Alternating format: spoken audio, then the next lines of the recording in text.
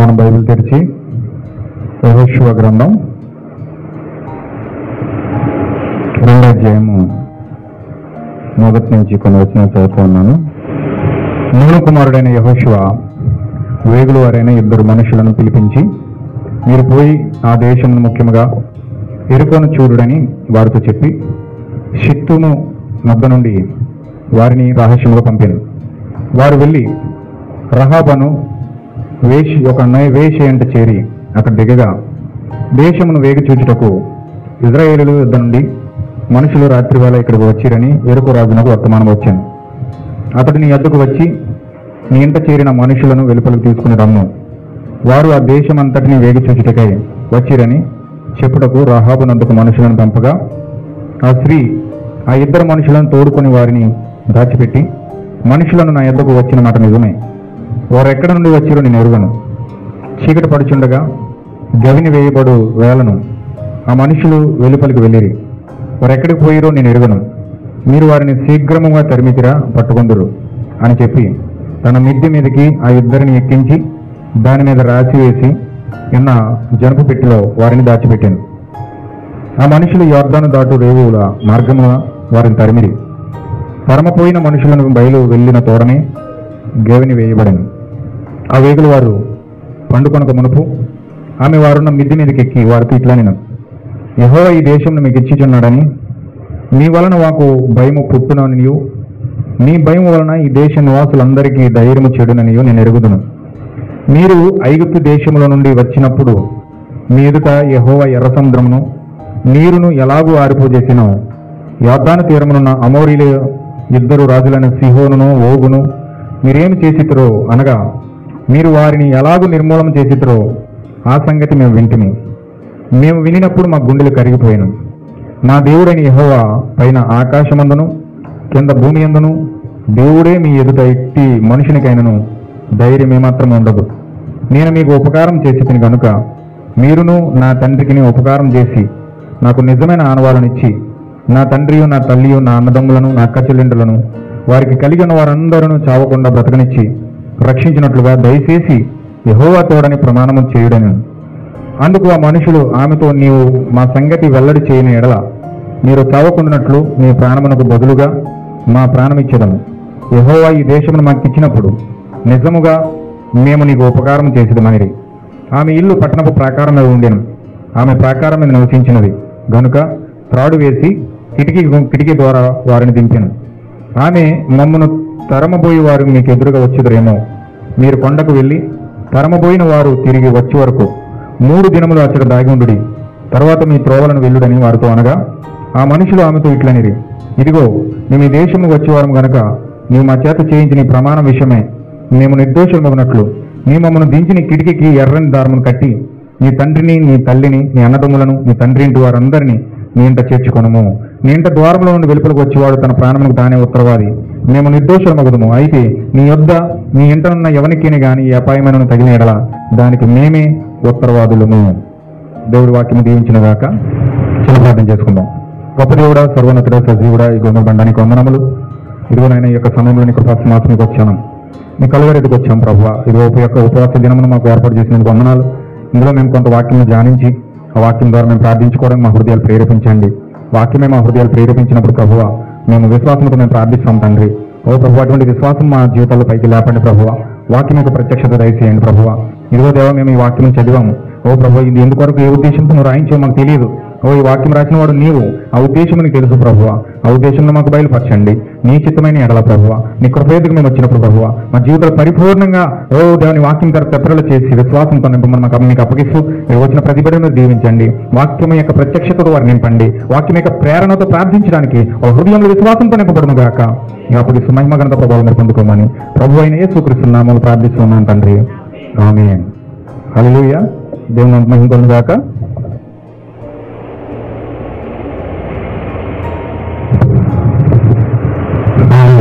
ఈ సమయంలో మనం వాక్యంలోకి వెళ్దాం. కూడి వచ్చిన సహోదరులందరికీ కూడా ప్రభువైన యేసుక్రీస్తు నామంలో మీ అందరికీ ప్రత్యేకంగా ఉపవాస ప్రార్థనలు చేయడానికి ప్రేరేపించబడి దేవుడు మీ హృదయాలు పెట్టిన భారాన్ని బట్టి మరొకసారి మీ అందరికీ వందనాలు చేస్తూ ఉన్నానండి.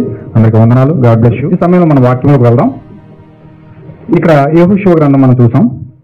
2వ అధ్యాయంలో యెహోషువ గ్రంథంలో ఇక్కడ యెహోషువ కనబడతా ఉన్నాడు. యెహోషువ దేనికి సాదృశ్యంగా ఉన్నాడంటే పరిశుద్ధ సాదృశ్యంగా ఉన్నాడు.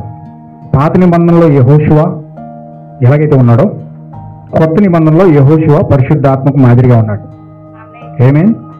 అంటే ఈ యొక్క యెహోషువ పాత నిబంధనలో మోషే యెహోషువను అభిషేకించి యెహోషువను పంపించాడు. ఇశ్రాయేలీయులు ఐగుప్తు దేశంలో బానిసలైపోయి ఉండగా దేవుడు మనకు తెలుసు, కొంచెం నేను ఫ్రంట్ నుంచి మీకు పునాది వేసుకొస్తాను, కొంచెం మీరు జాగ్రత్తగా ఉండండి, వినండి, దేవుడు మీకు సహాయం చేస్తాడు. ఇప్పుడు దేవుడు అబ్రహామును ఎన్నుకున్నాడు, మనందరికీ తెలిసిన విషయం అది. దేవుడు అబ్రహామును ఎన్నుకుని అబ్రహామును పిలిచాడు బబులోనులో నుండి.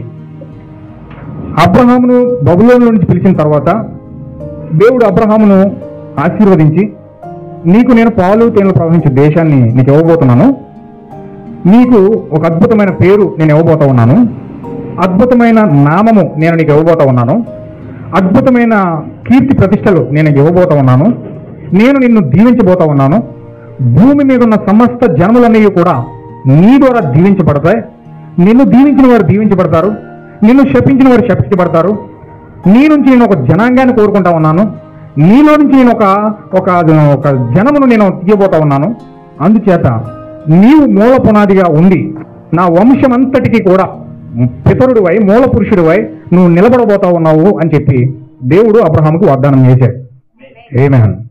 దేవుడు అబ్రహాముకు వాగ్దానం చేసిన తర్వాత దేవుడు వాగ్దానం ఎప్పుడైతే విన్నాడో అబ్రహాము ఆ వాగ్దానాన్ని పట్టుకొని ఆయన ఏం చేశాడంటే ఆ యొక్క బబులోను పట్టణాన్ని విడిచిపెట్టాడు. ఆ బబులోను పట్టణాన్ని విడిచిపెట్టి ఆయన ఏం చేశాడంటే ప్రయాణమై పాలు తేనెలు ప్రవహించే దేశాన్ని మీదకి వచ్చి అక్కడ సింధూరము వనబడిన ఆ యొక్క వనంలో గుడారం వేసుకుని జీవిస్తూ ఉన్నాడు. ఆ గుడారం వేసుకుని జీవిస్తూ ఉన్న సమయంలో దేవుడు అతనికి వాగ్దానం చేశాడు.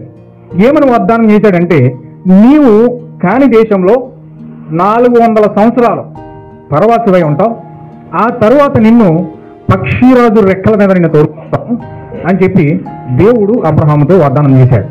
హల్లెలూయా. దేవుడు వాగ్దానము అబ్రహాముతో చేశాడు, నీ సంతానము నీవు కాని దేశంలో, నీకు ఇవ్వని దేశంలో 400 సంవత్సరాలు బానిసగా ఉంటావు, ఆ తర్వాత నిన్ను పక్షిరాజు రెక్కల మీద నేను తోడుకుని వస్తాను అని చెప్పి దేవుడు అబ్రహాముకు వాగ్దానం చేశాడు. ఆ వాగ్దానం చేసిన తర్వాత అబ్రహాము ఆ వాగ్దానాన్ని విన్నాడు, కానీ అబ్రహాము చనిపోయాడు, సమాధి చేయబడ్డాడు, కానీ ఆ వాగ్దానం ఇంకా నెరవేరలేదు. నేను ఐగుప్తులో నాది కాని దేశంలో 400 సంవత్సరాలు పరవాసిగా ఉంటాను అని దేవుడు అబ్రహాము చెప్పాడు. కానీ అబ్రహాము 400 సంవత్సరాలు కాదు, 1 సంవత్సరం కూడా లేడు అక్కడ. చనిపోయిన తర్వాత దేవుడు అబ్రహాముకి ఇస్సాకు పుట్టాడు, ఇస్సాకు ద్వారా యాకోబు యాసావు పుట్టారు, యాకోబు ద్వారా 12 మంది అన్నదమ్ములు పుట్టారు. ఈ అన్నదమ్ములందరూ కూడా చక్కగా వారు నివాసం చేస్తున్న సమయంలో వారి మధ్యలో 12 మందిలో ఒకడు యోసేపు అయి ఉన్నాడు.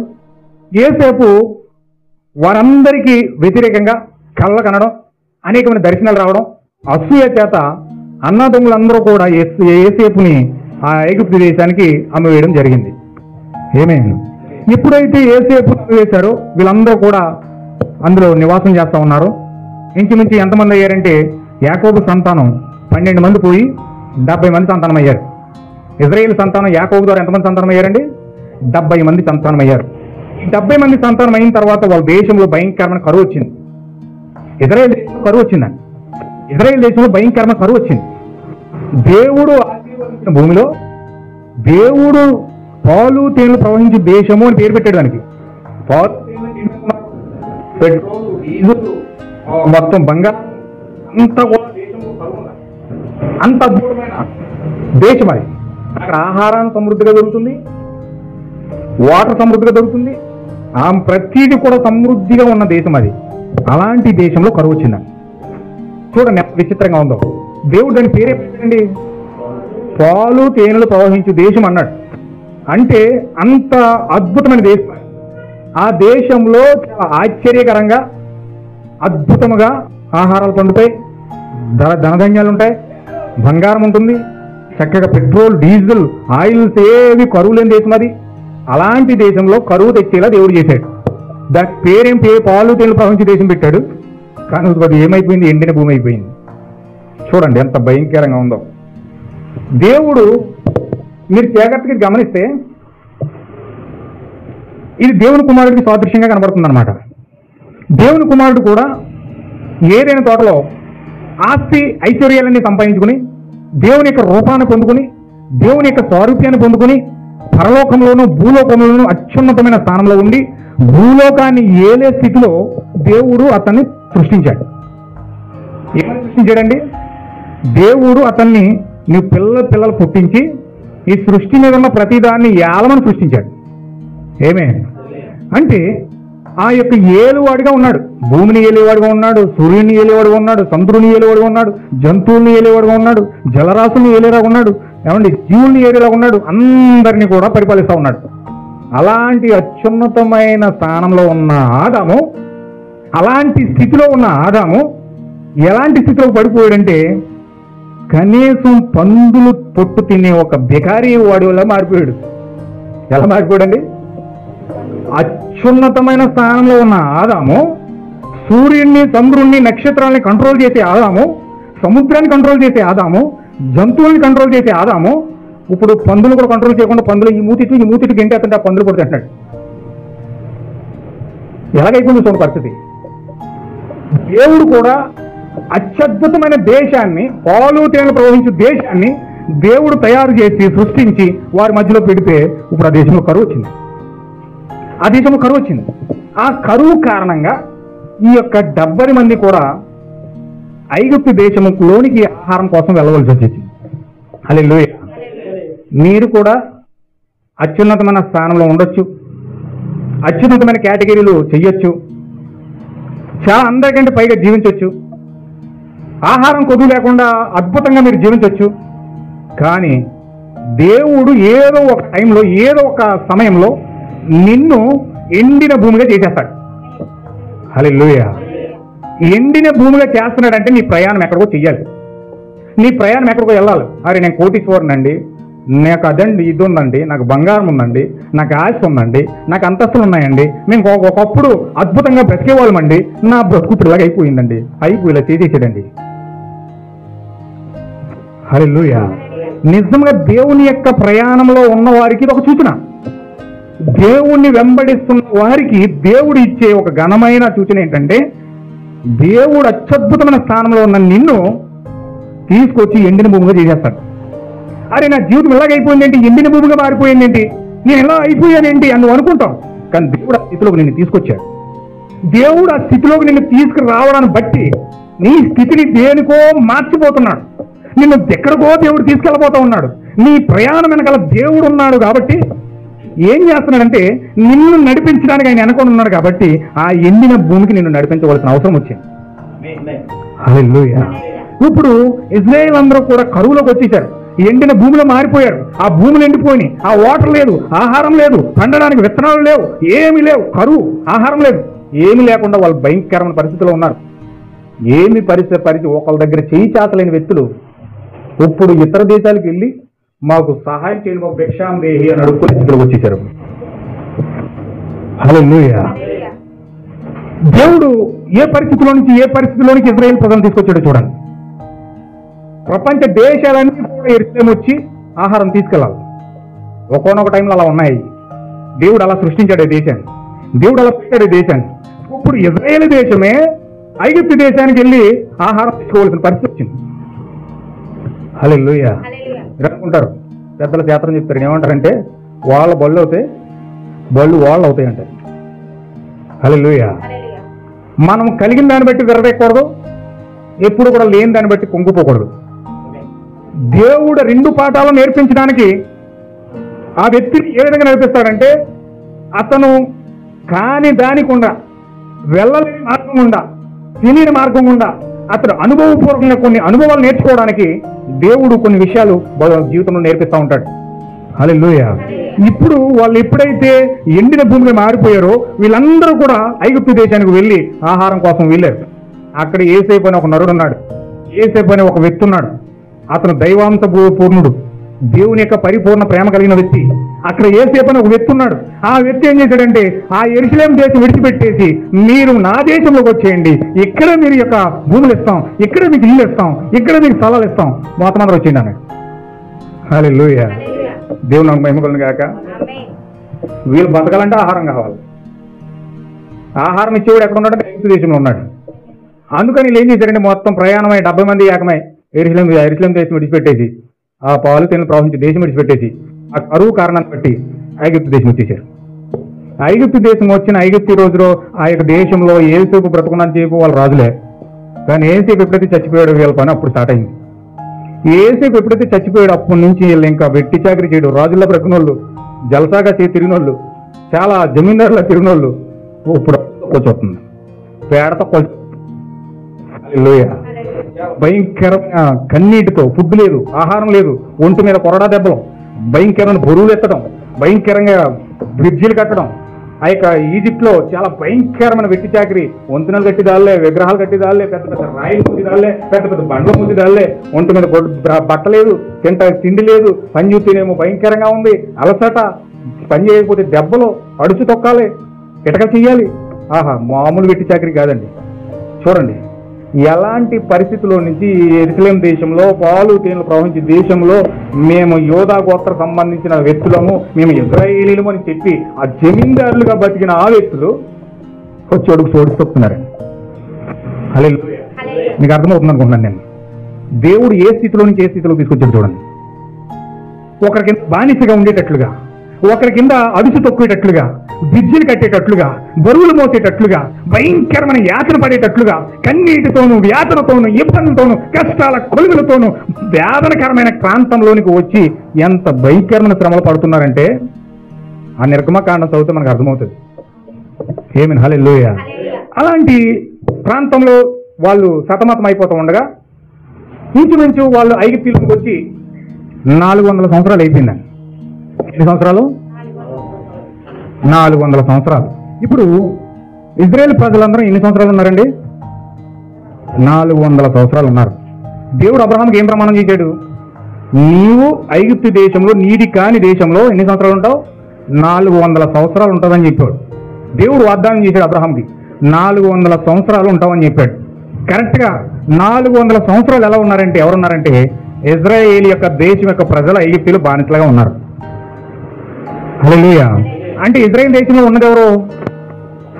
ఇజ్రాయేల్ దేశంలో ఉన్నది ఎవరండి? 15వ అధ్యాయము 13వ వచనం. ఆయన నీ సంతతి వారు తమది కాని పరదేశమందు నివసించి ఆ దేశపు వారికి దాసులుగా ఉందురు. వారు 400 ఏండ్లు వీరిని శ్రమ పెట్టుదురు. వీరు ఎవరికి దాసులగుదురో ఆ జనమునకు నేనే తీర్పు తీర్చుదును. తరువాత వారు మిక్కిలి ఆస్తితో బయలుదేరి వచ్చెదరు. ఆమేన్, హల్లెలూయా. ఇక్కడ దేవుడు అబ్రహాముకి 15వ అధ్యాయంలో చేసిన వాగ్దానం ఇది. దేవుడు అబ్రహాముకి 15వ అధ్యాయంలో ఇక్కడ వాగ్దానం చేశాడు. ఆయన నీ సంతతి వారు తమది కాని దేశంలో పరదేశమందు నివసించి ఆ దేశపు వారికి దాసులవుతారు. వారు 400 ఏండ్లు వీరిని శ్రమ పెడతారు. వీరికి ఎవరు దాసులు అవుతారో ఆ జనమునకు నేనే తీర్పు తీరుస్తాను అన్నాడు. ఇది అబ్రహాముకు దేవుడు చేసిన వాగ్దానం. ఇప్పుడు దేవుడు అబ్రహాముకు వాగ్దానం చేశాడు కాబట్టి ఐగుప్తు దేశంలో అబ్రహాము అక్కడ ఆ యొక్క 400 సంవత్సరాలు లేడు. కానీ ఇజ్రాయేల్ ప్రజలు, ఆయన యొక్క సంతానం అంతా కూడా ఇజ్రాయేల్ దేశంలో 400 సంవత్సరాలు వాళ్ళు బానిసలు అయిపోయారు. వాళ్ళు బానిసలు అయిపోయిన తర్వాత ఇప్పుడు దేవుడు ఏం చేస్తున్నాడంటే, వీరు ఎవరికి దాసులు అవుతారో ఆ జనమునకు తీర్పు తీర్చేది నేనే అని చెప్తా ఉన్నాడు. కాబట్టి ఇప్పుడు ఆయన ఐగుప్తు దేశంలోనికి తీర్పు తీర్చడానికి మోషే రూపంలో ఆ దేశంలో అడుగుపెట్టాడు. ఆమేన్, హల్లెలూయా. ఎలా పెట్టాడండి? నేను మోషే వచ్చి తీర్పు తీర్చాడని చెప్పినాడా? నేనే వచ్చి తీర్పు తీర్చాను అన్నాడా? ఏమండి, ఒకసారి అందరూ లేఖనం చదవండి. ఒకసారి అందరూ చదవాలి. అందరూ గొంతెత్తి చదవండి. 13, 14 మీరు అందరూ కూడా చదవాలి. ఒకేసారి చదవండి. 13 వచనం, 14 వచనము అందరూ ఒకేసారి చదవాలి. అందరూ చదవండి, పైకి చదవాలి. పరదేశమందు దాసులుగా ఉందురు. 400 ఏండ్లు వీరిని శ్రమ పెట్టుదురు, దాసులవుదురు. నేనే తీర్పు తీరుస్తాను అన్నాడా? మోషే వచ్చి తీర్పు తీరుస్తాడు అన్నాడా? నేనే తీర్పు తీరుస్తాను అన్నాడు. కానీ అక్కడికి వెళ్ళిన తీర్పు తీర్చింది ఎవరు? ఇజ్రాయేలు కోసము దేవుడు ఎవరిని అక్కడ పంపించాడు, ఎవరు అక్కడ తీర్పులు తీర్చారు, ఎవరు మోషే పర్వతో మాట్లాడారు, ఎవరు కప్పల కలుగును కాకుండా వచ్చినాయి, ఎవరు ఈగల కలుగును కాకుండా వచ్చినాయి, ఎవరు ఇవన్నీ కూడా చేసి ఆ యొక్క తీర్పులని తీర్చేసి నీరు రక్తంగా మార్చేసి ఇవన్నీ కూడా చేసి తీసుకొచ్చింది ఎవరు? మోషే తీసుకొచ్చాడు. మోషే తీసుకొచ్చాడు. మోషే తీసుకొస్తే అక్కడ ఏం జరిగిందో చూడండి. అక్కడ ఆయన మాట్లాడుతున్న మాటలు కనుక మనం చూస్తే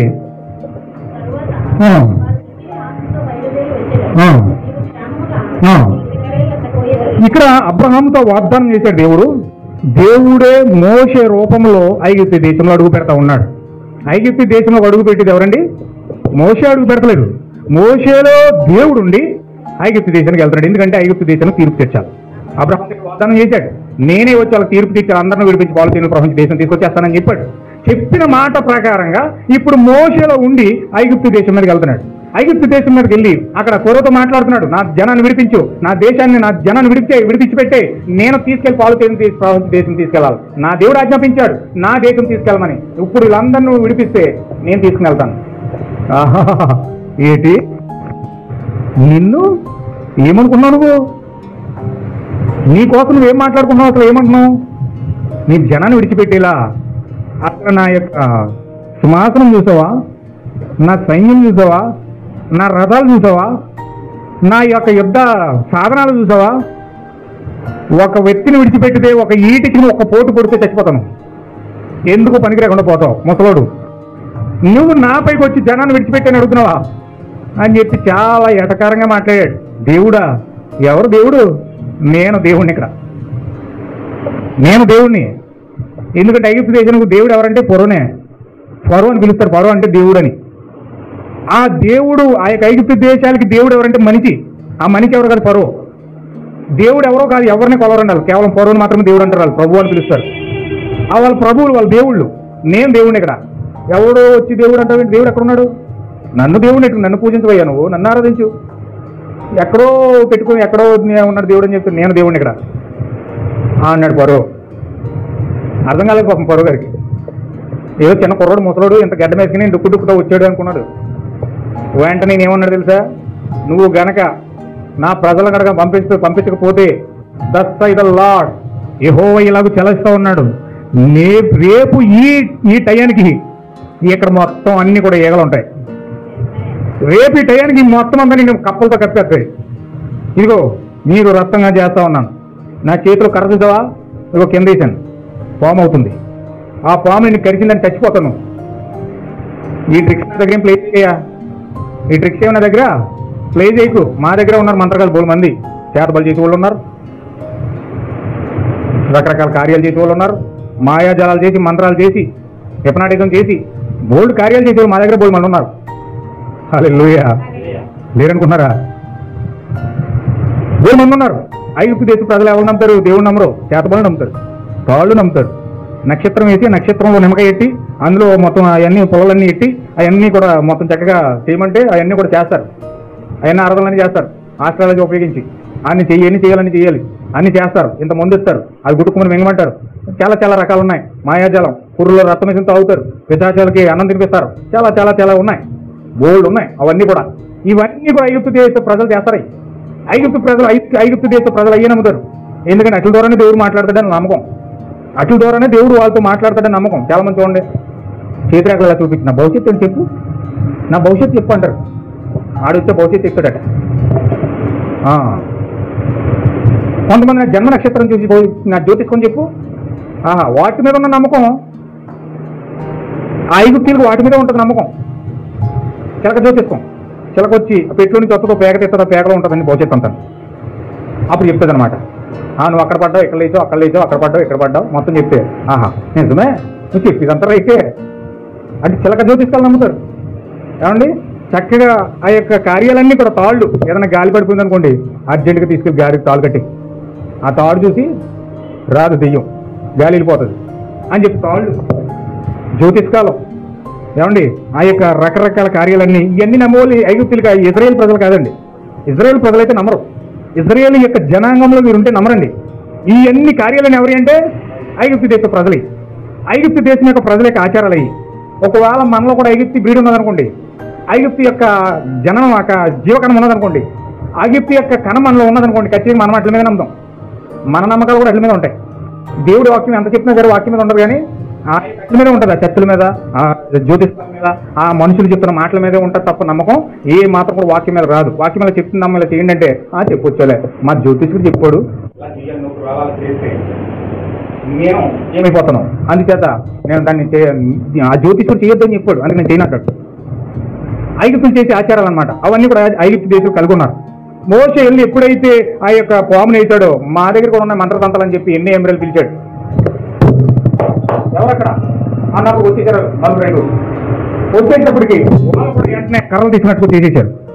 కర్రలు తీసినట్టు మోషే కింద కర్ర వేసాడు, ఆ కర్ర వేసిన పాము అయిపోయింది. వాళ్ళు కూడా కర్రలు వేసారు, పాములు అయిపోయినాయి. హల్లెలూయా. నువ్వు అనుకుంటా జ్యోతిష్కుడు చెప్తుంది కరెక్ట్ కానీ అంత కరెక్ట్ అని చెప్పేస్తాడండి. నేను ఏం చేశాను అని చెప్పి చెప్పాడు. మరి అక్కడ కర్ర పాము అయింది, వాళ్ళు వేసిన పాము అయింది. ఇది చెప్పింది కరెక్టే, అది చెప్పింది కరెక్టే. ఎలా మరి? ఆయన తానే సరిగ్గా చెప్తున్నాడు, ఈయన సరిగ్గా చెప్తున్నాడు. కరెక్ట్ చెప్పింది నేను అంతా, నేను ఎక్కడెక్కడ పడ్డాను అన్ని చెప్పాడు. చెప్పాడు ఆడు మంత్రంలోనే. ఎందుకంటే అక్కడ పాము అయింది, ఇక్కడ పాము అయింది. అతను అది కలిగి ఉన్నాడు, ఇతను అది కలిగి ఉన్నాడు. వెంటనే వాళ్ళు ఉత్సాహం రేపు తప్పడ కొట్టేస్తున్నారు, మా శత్రులు పని చేసేసి, మా శత్రులు పని చేసేసి. అయితే మోషే అలాగే నిలబడి చూస్తున్నాడు. నిలబడి చూస్తుండగా మోషే పాము వెళ్ళి అమాంతంగా ఎన్నో ఎంబడి పాములు మింగేసింది. హల్లెలూయా. అంటే దేవుని శక్తి పెద్దదా, దెయ్యం యొక్క శక్తి పెద్దదా? దేవుని యొక్క శక్తి దెయ్యం యొక్క శక్తిని మింగేసింది. దాన్ని ఈ కాలం చెప్తున్నాడు, మా జీవం వెళ్ళి మరణాన్ని మింగేసిందంట. హల్లెలూయా. ఒక చచ్చిపోయిన బాలుడు అక్కడ ఉంటే, మరణం అక్కడ ఉంటే, యేసుక్రీస్తు అక్కడికి వెళ్ళాడట. యేసుక్రీస్తు అక్కడికి ఎప్పుడైతే వెళ్ళాడో, ఆ మరణాన్ని ఎప్పుడైతే మింగేశాడో, ఆ జీవం ఎప్పుడైతే అతనికి ఇచ్చాడో, చనిపోయిన బాలు లేచిపోయాడు. హల్లెలూయా. ఎప్పుడు కూడా మోషే ఆ యొక్క జీవం వెళ్ళి ఆ మరణాన్ని మింగేసిందంట, ఆ పావును మింగేసిందంట. అందుకే నా సహోదరులు, మీరు ఎప్పుడు కూడా దెయ్యం యొక్క శక్తి మీద ఎప్పుడు ఆ మనసు ఉంచకండి. నువ్వు దెయ్యం యొక్క శక్తి అనుకుంటే దేవుని యొక్క శక్తి అంతకంటే గొప్పది. హల్లెలూయా. దేవుని యొక్క శక్తిని చూడలేదు కనుక నమ్మలేకపోతాం అంతే. ఏమే వింటున్నారు కదా? కొంచెం జాగ్రత్తగా మీరు గమనించండి. ఇప్పుడు దేవుని యొక్క శక్తి దెయ్యం యొక్క శక్తి కంటే గొప్పది. దేవుని యొక్క శక్తిని చూసినప్పుడు, దేవుని యొక్క శక్తి నీకు అర్థమైనప్పుడు, దెయ్యం యొక్క శక్తిని నువ్వు తక్కువ అంచనా వేస్తావు, లేకపోతే దేవుడి శక్తిని తక్కువ అంచనా వేస్తావు. అందుకే ఈరోజు దేవుడి శక్తిని అనేక మంది చూడలేకపోవడం కారణం చేతే దెయ్యం యొక్క శక్తి గొప్పదని దాని వెనక వెళ్ళిపోతున్నారు. మనకి ఇప్పుడు ఏది గొప్ప ఉంటే దాని వెనక వెళ్తాడు. మీరు ఎప్పుడైనా గమనించండి, ఎప్పుడు ఏది గొప్పగా ఉంటే దాన్ని వెంబడించడానికి ప్రయత్నం చేస్తాడు. మీరు యూట్యూబ్ ఎతకండి, యూట్యూబ్ ఎతికితే ఏ రోజు కాదు అవకాశాలు ఇస్తారు తెలుసండి. యూట్యూబ్ని ఈ రోజు బాగా ట్రోల్ అయినా, ఈ రోజు బాగా హైలైట్ అయిన వీడియో ఏంటి అని నెట్ని అడుగుతారు అనమాట. ఆ నెట్ ఎంతమంది ఎన్నిసార్లు అలాంటి క్వశ్చన్ అడిగారు అడిగితే ఈరోజు హైలైట్ ఏంటి అని అడిగిన వాళ్ళు ఆ నెట్లో ఇంచుమించు కొన్ని లక్షల మంది కనపడతారు. అంటే వాళ్ళు హైలైట్ అయింది ఏంటో దానికి చూడడానికి ప్రయత్నం చేస్తారనమాట. యూట్యూబ్ని అడుగుతారు, గూగుల్ని అడుగుతారు, ఈ రోజు హైలైట్ ఏంటి, ఈ రోజు బాగా ట్రోల్ అయిన విషయం ఏంటి, ఈ రోజు బాగా హైలైట్ అయిన విషయం ఏంటని గూగుల్ని అడిగితే గూగుల్ చెప్తుంది పలానా విషయము, పలానా వీడియో, పలానా చరిత్ర, పలానాది ఈ రోజు హైలైట్ అయింది, దాని దగ్గరికి వెళ్ళండి అని గూగుల్ చెప్తుంది. ఆ గూగుల్ చెప్తే దాన్ని నొక్కుతారు, అది పాపులర్ అవుతుంది. అలా జరుగుతుంది సైంటిఫికల్ గా. అయితే ప్రజలు ఎప్పుడు కూడా ఏం చేస్తారంటే హైలైట్ అయింది చూస్తాం. దేవుడు ఏం చేస్తాడు? కూర్చోమ్మా, కూర్చో. దేవుడు ఏం చేస్తారు? దేవుడేమో అతి సామాన్యమైనది చూస్తాడు. దేవుడు అతి సామాన్యమైనది చూస్తాడు. ఎవరో గుర్తించలేని దాన్ని దేవుడు చూస్తాడు. కానీ ప్రజలు ఏం చేస్తారంటే హైలైట్ అయిందని చూస్తాడు. అయితే ఇక్కడ ఏం జరుగుతుందంటే, ఇక్కడ మోషే ఎప్పుడైతే ఆ కర్రను మింగేసిందో అప్పుడు చప్పట్లు కొట్టే వాళ్ళందరూ ఆగిపోయారు. ఎగిరి గొంతేసిన వాళ్ళందరూ ఆగిపోయారు. ఎగిరి గొంతేసిన వాళ్ళందరూ ఆగిపోయి అప్పుడు మోషే మాటకు లోబడ్డారు. నీ జనాన్ని పంపిస్తాను, ఇంటికి వెళ్ళిపోడు. మరలా రోజు వచ్చేటప్పుడు మళ్ళీ పౌరు బాములు అయిపోయాడు, కఠినం అయిపోయాడు. పంపించినాయా, ఏం చేసుకుంటా చేసుకో. సరే, ఈ రోజు నీ ఇళ్ళల్లో కప్పలు వస్తాయి, మరొక రోజు మళ్ళీ నీ రోజు నీ ఈగలు వస్తాయి, నీ పంటలన్నీ పాడైపోతాయి, నీ ధనధాన్యాలన్నీ పాడైపోతాయి, నువ్వు తినడానికి తిండి లేకుండా చేసేసాడు అక్కడ, తాగడానికి నీళ్ళు లేకుండా చేసేసాడు అక్కడ, వాళ్ళ కరువు కాటకాలు వచ్చేలా చేసేసాడు అక్కడ, భయంకరమైన తెగులు చేత కొట్టుకుని చచ్చిపోయేలా చేసేసాడు అక్కడ. లాస్ట్కి మరణాన్ని తీసుకొచ్చేసాడు అక్కడికి. ఎప్పుడైతే మరణాన్ని అక్కడ తీసుకొచ్చాడో అప్పుడు ఫరో జంకాడు, బెదిరిపోయాడు. ఇలాగే చేస్తే నా యొక్క దేశం నశించిపోతుంది, ఎందుకు వచ్చింది అంతా తీసుకెళ్ళిపో మొత్తం అందరిని అన్నాడు. తీసుకెళ్ళిపోయిన తర్వాత కూడా వదలలేదు. ఎర్ర సముద్రం దగ్గరికి వెళ్ళినప్పుడు జనాన్ని వేసుకుని వచ్చాడు. మళ్ళీ ఫరో యొక్క ఆలోచన ఏంటంటే వీళ్ళందరూ చంపేసి ఎర్ర సముద్రంలో పడేసేద్దాం అనుకున్నాడు. ఏమనుకున్నాడు? అందరినీ చంపేసి ఎర్ర సముద్రంలో పడేసేద్దాం అనుకున్నాడంట. దెయ్యం యొక్క ఆలోచన ఎప్పుడు అలా ఉంటుందని. ఇప్పుడు అలా జరుగుతుంది. క్రైస్తవులందరినీ చంపేసి మొత్తం లేకుండా చేసేసి మొత్తం పగిచ్చేద్దామని దెయ్యం యొక్క ఆలోచన ఎప్పుడు అలా ఉంటుందండి. దెయ్యం యొక్క ఆలోచన ఎప్పుడు కూడా మొత్తం తుడిచిపెట్టేద్దామని. ఈ ఫరో ఎందుకు వస్తున్నాడంటే వెనకాల అందరినీ చంపేసి ఎర్ర సముద్రం ఇచ్చేద్దాం అనుకున్నాడట. కానీ మనోడికి తెలియదు, జనమందరూ వాళ్ళే కలిసిపోతారండి. హల్లెలూయా. దేవుడు బాగా తెలుసండి, ఎవరు తీసుకున్న గోతులో వాడి పడిపోతాడట, ఎవరు తీసుకున్న గోతులు వాడి పడిపోతాడట. చూడండి, ఎస్తేరు దగ్గర హామాను ఏం చేశాడంటే మొద్దుకైకి ఉరికమ్మని తయారు చేశాడు. జాతిని తుడిచిపెట్టేసి ఈ మొద్దుకైని ఉరికి చేసేలా చేయాలని చెప్పి మంచిగా తయారు చేశాడు ఉరికంబం. చివరికి ఏమైందో తెలుసండి? చివరికి ఏమైందో తెలుసా? ఆ ఉరికంబం మీద తయారు చేసినాడు ఎలాడుతున్నాడు. దేవుడు ఎప్పుడు కూడా అదే చేస్తాడండి. ఏది విత్తుకుంటామో దాన్నే కోసం, ఏది మనుషుడు ఏ విత్తుతాడో దాన్నే కోస్తాడు. మనుషుడు ఏది ఎవరికి హాని పెట్టాలని తలస్తాడో వాళ్ళకే హాని తగులుతూ ఉంటాడు. ఎదుటోడు పోయి తిట్టా పోయి ఇతనే పడిపోతాడు వెళ్ళి. ఎప్పుడు మర్చిపోకండి ఈ విషయం. ఎదుటోడిని పడగొడదామని ప్రయత్నం చేస్తే ఆడే పడిపోతాడు. ఎదుటోడిని వేదంలోకి నెట్టేద్దాం, సోదరులకు నెట్టేద్దాం, ఆనందం లేకుండా చేసేద్దాం అనుకుంటే కనుక ఇతనికి ఆనందం లేకుండా పోతుంది, ఇతనికి సంతోషం లేకుండా పోతుంది. ఇతని జీవితం అంతా కూడా మొత్తం కష్టాలతో కొలుములు నిలిపేస్తాడు. హల్లెలూయా. ఇది చాలా మందికి తెలియదండి, చాలా మందికి అవగాహన లేదు జీవితాల పట్ల. వాళ్ళు ఏం చేస్తారంటే ఎదుటోని నాశనం చేయడానికి ప్రయత్నం చేస్తారు, కానీ వెళ్ళి నాశనం అయిపోతారు. దేవుడి యొక్క చట్టం అది. దేవుడి యొక్క చట్టాన్ని మేరతాడా? మేరడు. ఈ యొక్క ఫరో కూడా అలాగే ఆలోచించాడు. ఇజ్రాయెల్ ప్రజలందరినీ తుడిచేసి ఎర్ర సముద్రం కలిపేద్దాం అనుకున్నాడు, కానీ ఎడ కలిపాడు. ఎర్ర సముద్రం కలిసిపోయాడు మొత్తం. ఇజ్రాయెల్ ప్రజలందరూ సురక్షితంగా వెళ్ళిపోయారు. సురక్షితంగా వెళ్ళిపోయిన తర్వాత వాళ్ళందరూ కూడా పాలు తేనెలు ప్రవహించే దేశం వెళ్ళిపోయారు. పాలు తేనెలు ప్రవహించే దేశం వెళ్ళిపోయిన తర్వాత విడిపించుకుంటూ చక్కగా ప్రయాణం చేసుకుంటూ వస్తూ ఉన్నారు. వాళ్ళకి సీహోన్ అడ్డొచ్చాడు, లేపేశాడు. గీహోన్ అడ్డొచ్చాడు, లేపేశాడు. రాజులందరూ అడ్డొచ్చారు, దేశాన్ని లేపేసుకుంటూ వాళ్ళు ఎవరు అడ్డొస్తే వాళ్ళని తొక్కుకుంటూ వెళ్ళిపోతున్నారు. హల్లెలూయా. నా ప్రియమైన సహోదరి సహోదరు, మీరు ఒక విషయం ఇక్కడ గుర్తించాలి. మీరు గనక దేవుణ్ణి మీ ఎదుర పెట్టుకుంటే, దేవుడు పంపించిన ప్రవర్తన కనుక మీ ముందర నడిపిస్తే, దేవుడు పంపించిన వాక్యాన్ని కనుక మీ హృదయంలో పెట్టుకుంటే, ఏ సమస్య వచ్చినా తొక్కుకుంటూ వెళ్ళిపోతారు. మీరు ఏదైనా సమస్యను కింద నుండి తొక్కుకుంటూ వెళ్ళాలంటే, మీకు జయము కలగాలంటే, జయము వెంట జయము, విశ్వాసం వెంట విశ్వాసము, విజయం వెంట విజయము మీ జీవితంలో కలగాలంటే మీ వెంట ప్రవర్తన నడవాలి. ప్రవర్తలో ఎవరుంటాడు? దేవుడు ఉంటాడు. హల్లెలూయా. మోషే ప్రవర్తలో దేవుడు ఉన్నందుకు మోషే వాళ్ళు నడిపిస్తుంటే గిహోను రాజు అడ్డొస్తూ లేపేశారు, అమ్మోనీలు అడ్డొస్తూ లేపేశారు, సిహోను రాజు అడ్డొస్తూ లేపేశారు. ఏమండి, ఎంతమంది రాజులు లక్షల మంది వచ్చి వాళ్ళు దాడి చేస్తుంటే అందరినీ చంపేస్తున్నారండి. ఈ బలం ఎక్కడి నుంచి వచ్చింది వీళ్ళకి? ఈ శక్తి ఎక్కడి నుంచి వచ్చింది? ఎవరి దగ్గర ఓడిపోవడం, ఓటమే లేదు దగ్గర, ఎవరి దగ్గర ఓటమే లేదు. ప్రతిదీ కూడా విజయమే. అంతా కూడా జయించుకుంటూ వెళ్ళిపోతున్నారు. ఎందుకు అలా జయిస్తున్నారు తెలుసా? ఎందుకు దేశాన్ని విడిచిపెట్టి ఒక దేశాన్ని నాశనం చేసేసి ఇంకో దేశాన్ని ఓడించేసి రాజును చంపేసి వాళ్ళు సురక్షితంగా ప్రయాణం చేస్తున్నారంటే వాళ్ళ విజయం ఎక్కడుందండి? మీరందరూ చెప్పాలి. వాళ్ళ విజయం ఎక్కడుంది? ప్రవర్తలో ఉంది. చూసారా? ప్రవర్త అంత బలమైన వాడు. ప్రవర్త అంటే ఏంటనుకున్నారు? ఏదో ఊరకనే ప్రవర్త అంటున్నాం అనుకున్నారా? ఊరకనే ప్రవర్త కోసం మాట్లాడుతున్నాం అనుకున్నారా? ప్రవర్త నిజంగా తెచ్చిన వాక్యాన్ని కనుక మీ హృదయంలో చేర్చుకుంటే మన జీవితంలో విజయం అండి. ఎలాంటి దెయ్యం వచ్చినా సరే తొక్కేస్తా కిందకి. ఏమన్నాడు తెలుసు దేవుడు? సర్పం యొక్క తలను శీఘ్రంగా తొక్కేస్తాను అన్నాడు. ఎప్పుడు ప్రవర్త యొక్క వాక్యాన్ని పట్టుకున్నప్పుడు. ప్రవర్త యొక్క వాక్యం నీ హృదయంలో ఉంటే, ప్రవర్తలో క్రీస్తున్నాడు, ఆ క్రీస్తుని కనుక నువ్వు చేర్చుకుంటే అప్పుడు నీవు సర్పం యొక్క తలను శీఘ్రంగా తొక్కేస్తావు. సర్పం తలనే శీఘ్రంగా తొక్కేస్తే దెయ్యాలు 20 కోట్లు ఉన్నాయి అంత లెక్క. ఆ ప్రలగా తొక్కుపడేస్తావు. ఎలాంటి పరిస్థితి అయినా తొక్కుకుంటూ వెళ్ళిపోతావు. ఎలాంటి పరిస్థితిని కూడా లెక్క చేయవు. ప్రవర్తన నీతో ఉంటే, వాక్యంలో ఉంటే. పట్టుకెళ్ళి అరమరలో పెట్టేసి బూజెట్టద్ది దాన్ని అలాగే ఉంచేసావంటే నీకు విజయం వస్తుందా? చెప్పండి ఒకసారి. విజయం వస్తుందా?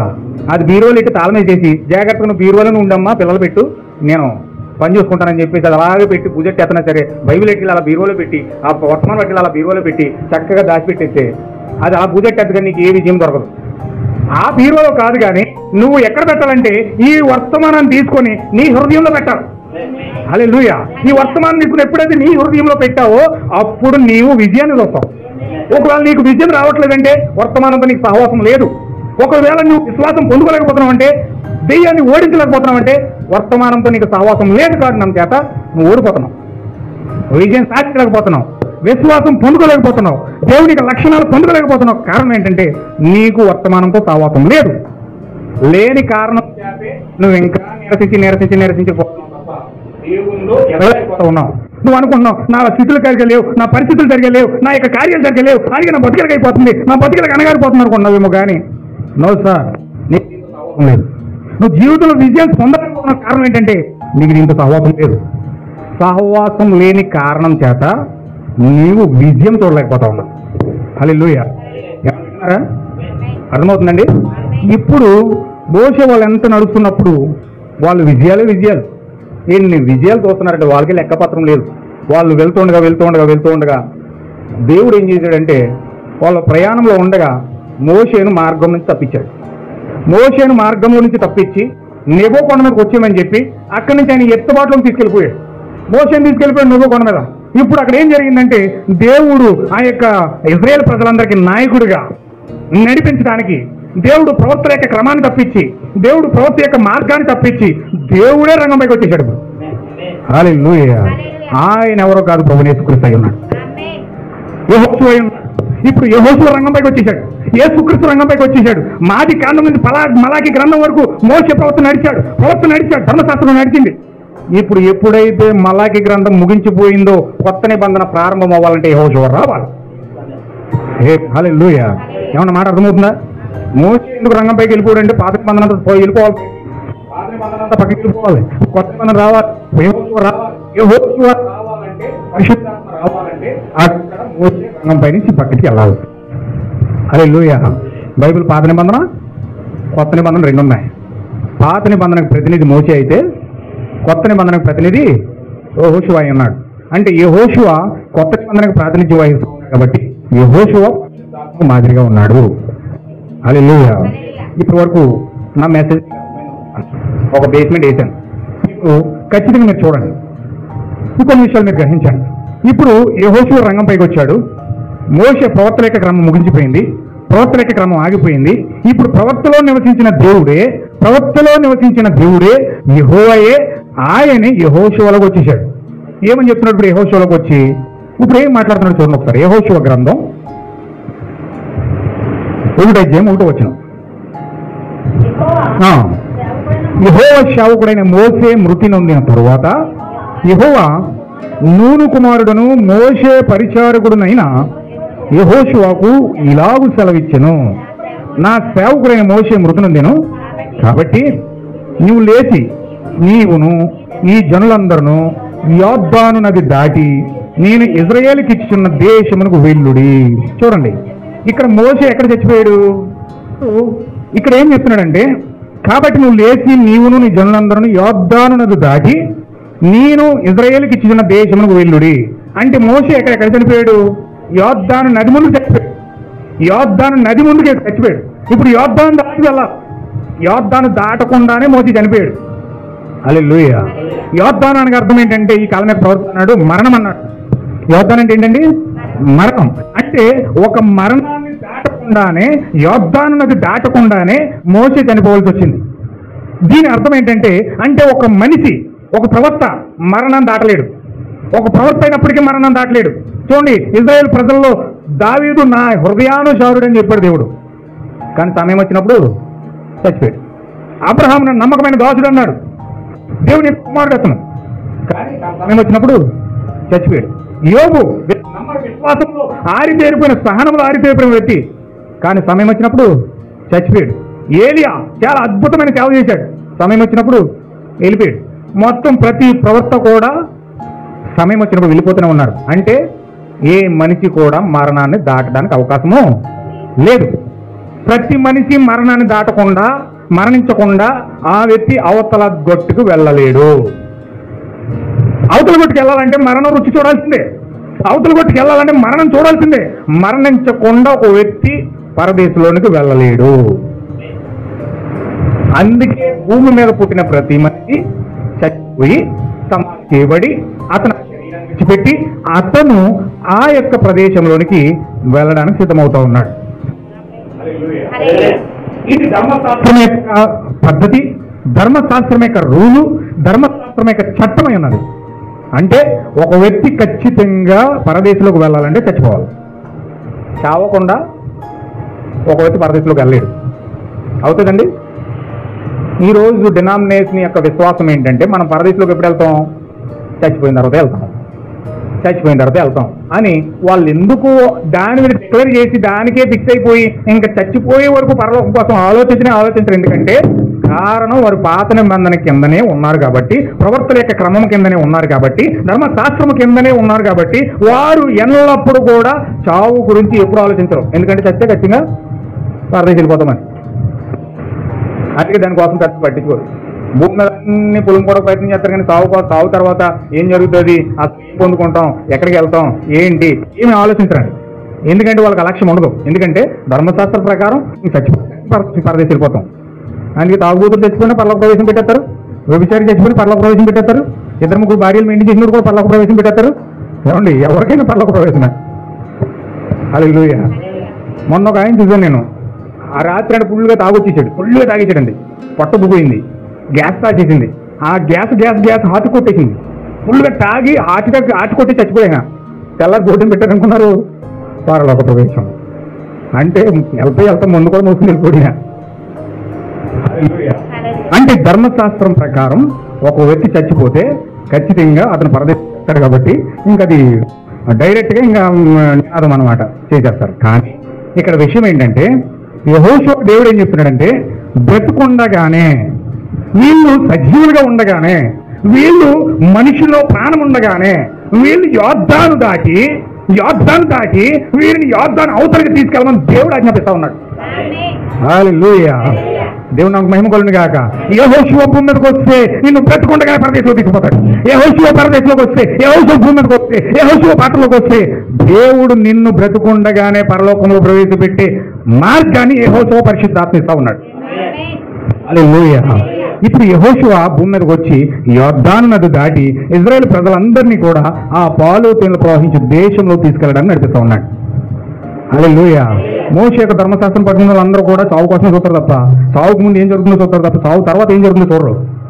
కానీ యెహోషువ గ్రంథం పట్టుకున్నవారు, యెహోషువను పట్టుకున్నవారు, యెహోషువను పొందుకున్నవారు, యెహోషువను వెంబడించిన వారు బతుకుండగానే పరదేశంలో ఏం జరుగుతుందో చూస్తారు.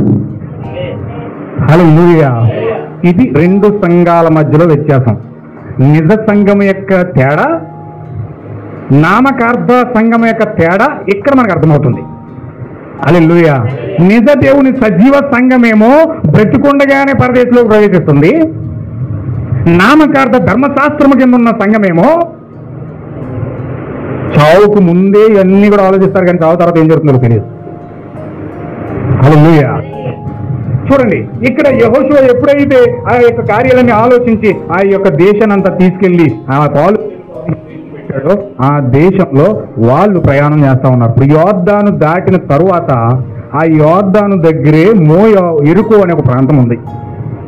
యోర్దాను దాటిన తర్వాత అక్కడ యోర్దానికి ముందు ఎరుకో ప్రాంతం ఉంది. ఇప్పుడు ఆ ఎరుకో ప్రాంతంలో ఇప్పుడు మొత్తం ఐగుప్తు దేశంలో బయలుదేరారు, సిహోను దేశం వెళ్ళారు, సువార్త ప్రకటించేశారు. అక్కడ ఉన్న వధువుని బయటకు లాక్కొచ్చేశారు. గిహోను దేశం వెళ్ళారు, అంతా సువార్త ప్రకటించేశారు. అక్కడ ఉన్న రాజుని చంపించారు, వధువుని తీసుకొచ్చారు. ప్రతి ప్రాంతం వెళ్తున్నారు, సువార్త చేస్తున్నారు, వధువుని లాక్కొచ్చేస్తున్నారు. ప్రతి ప్రాంతం వెళ్తున్నారు, సువార్త చేస్తున్నారు, వధువుని లాక్కొచ్చేస్తున్నారు. ఇప్పుడు ఈ యొక్క వంతు ఎవరికి వచ్చిందంటే ఎరుకో ప్రాంతం వచ్చారు. ఎరుకో ప్రాంతంలో సువార్త చేయడానికి అక్కడికి బయలుదేరారు. ఇప్పుడు యెహోషువ ఏం చేశాడంటే ఎరుకో ప్రాంతానికి సువార్త వెళ్ళడానికి దేవుడి యొక్క ప్రేరేపణ ద్వారా షల్మా అనే ఒక వ్యక్తిని, ఇంకొక సహోదరిని పంపించి ఎరుకో ప్రాంతం అంతా సువార్త ప్రకటించి రమ్మని ఎరుకో ప్రాంతం దేశానికి పంపించాడు. హల్లెలూయా. ఎరుకో ప్రాంతం ఎలా ఉంటుందో తెలుసండి. ఇప్పుడు ఈ బిల్డింగ్ ఎంత ఉంటుందో అక్కడి నుంచి యువతలకు ఎంత గోడ ఉంటుందో అలాంటి బిల్డింగ్ ఇంకోటి అయితే ఎంతలో ఉంటుందో అంత లావు గోడలు ఉంటాయండి. ఎరుకో ప్రాంతం చుట్టూ ప్రహరీ, వాళ్ళకి సెక్యూరిటీ అనమాట. ఆ గోడ ఎక్కి దూకాలంటే ఎవరి వల్ల కాదు. ఆ గోడ పైన బురుజులు ఉంటాయి. బురుజులు అంటే మీకు తెలుసు, పూర్వకాలంలో గోడలు కట్టి గోడల మీద ఇంత రౌండ్గా టోపి పెట్టి చుడిదర్ గారి మధ్య మధ్యలో చిల్లులు పెట్టండి. ఆ గుహలు దోతలు ఉంటారనమాట సెక్యూరిటీ ఏం చేస్తారంటే ఇంత అక్కడక్కడ మన గోడల మీద పెడతాం చూసారా, పిల్లర్స్ ఉంటాయి. ప్రహరీ గోడ కట్టామనుకోండి, పిల్లర్కి మధ్యలో ఒక పిల్లర్ పైకి లేపుతారు, ఇక్కడ పిల్లర్ పైకి లేపుతారు, ఈ పిల్లర్ పైకి లేపుతారు, అలా ఉంటాయి. అలాగా గోడ అంతటి చుట్టూ పిల్లర్స్ ఉంటాయి. అలా పైకి లేపి ఎందుకు పెడతారంటే అక్కడి నుంచి వచ్చింది అది. ఈ గోడల పైన ఎందుకు పెడతారంటే ఈ గోడలు అలా కట్టి కొంచెం ఆ పైన గుడి కింద లేపి ఆ టాప్ వేసి మధ్యలో చిన్న చిన్న సిల్లులు పెట్టి ఆ మధ్యలో ఒక వ్యక్తిని కూర్చోబెడతారు. అందులో వాళ్ళ సెక్యూరిటీ ఏంటంటే శత్రువులు ఏ పక్క నుంచి వస్తున్నారో ఆ యొక్క మొత్తం చుట్టుపక్కల ప్రదేశం నుంచి అంతా కూడా వీళ్ళు చూసి ఎవరైనా శత్రువు వస్తున్నాడంటే వీళ్ళకి సిగ్నల్ ఉంటుంది. ఆ సిగ్నల్ ఎప్పుడైతే విజిల్ వేశారో అర్థమవుతుంది అనమాట పక్క దేశాల నుంచి శత్రువులు వస్తున్నారని. వీళ్ళందరూ కూడా ఎలర్ట్ అయిపోతారు. అప్పుడు వీళ్ళు ఏం చేస్తున్నారంటే ఇక్కడ వీళ్ళందరూ ఎలర్ట్ అవడం కోసం అలా పెడతారు. అలా పెట్టి బురుజులు ఉన్నాయి. ఆ బురుజులు ఎరుకో గోడలో అక్కడంటండి అటు నుంచో ఎడ్ల బండి వెళ్ళిపోద్ది, ఈ పక్క నుంచో ఎడ్ల బండి వెళ్ళిపోద్ది. ఆ గోడల మీద పరుగు పందులు ఎత్తుకునేవారట. ఎడ్ల బండి పోటీలు ఎత్తువారంట. అంటే ఆ గోడల మీదే పోటీలు, ఆ యొక్క ఎడ్ల బండ్లు పరుగులు వెళ్ళడం రావడం, ఆ పోటీలు ఆ గోడల మీద జరిగాయంట. అంత వెళ్లాడుకుంటారు ఆ గోడలో. ఇప్పుడు దేశం చుట్టూరు కూడా అలాంటి గోడలు కట్టేశారు. ఎరుకో గోడలు అంటారు. అవన్నీ గోడలు అక్కడ ఉన్నాయి. గోడలు అలా పెట్టుకుని అంత సెక్యూరిటీ పెట్టుకుని ఆ దేశం చాలా సురక్షితంగా నివాసం చేస్తూ ఉంది. ఇప్పుడు యెహోషువ అందరినీ తొక్కుకుంటూ వచ్చేస్తున్నాడు. వీళ్ళకి ఏమో భయంకరమైన భయకంపితులు అయిపోతున్నారు. ఏ పక్క నుంచి యెహోషువ సైన్యం వచ్చి మనం ముట్టడేసేద్దాం. ఏమైనా వింటున్నారా? కొంచెం జాగ్రత్తగా మీరు వినాలి. ఏ సైన్యం ఏ పక్క నుంచి వచ్చి యెహోషువ సైన్యం మన దేశాన్ని ముట్టడేసేద్దామని భయపడి వీళ్ళు చాలా నిశ్చితంగా గమనిస్తూ పరిశీలిస్తూ చాలా అలర్ట్గా ఉన్నారు సెక్యూరిటీ అంతా. ఈలోగా యెహోషువ సల్మాకు ఆజ్ఞాపించాడు, నువ్వు ఆ దేశం వెళ్ళి వేగి చూసి అక్కడ పరిస్థితులు ఎలా ఉన్నాయో కనుక్కుని మనకు మార్గాన్ని సిద్ధపరచని చెప్పేసి సల్మాని ఇంకో సహోదరుని పంపించాడు. సల్మాన్ ఇంకో సహోదరుని అక్కడ పంపిస్తే ఈ సల్మా వెళ్ళాడు. జాగ్రత్తగా వీళ్ళు ఎలాగెళ్ళారు తెలియదు, లోపలికి వెళ్ళిపోయారు.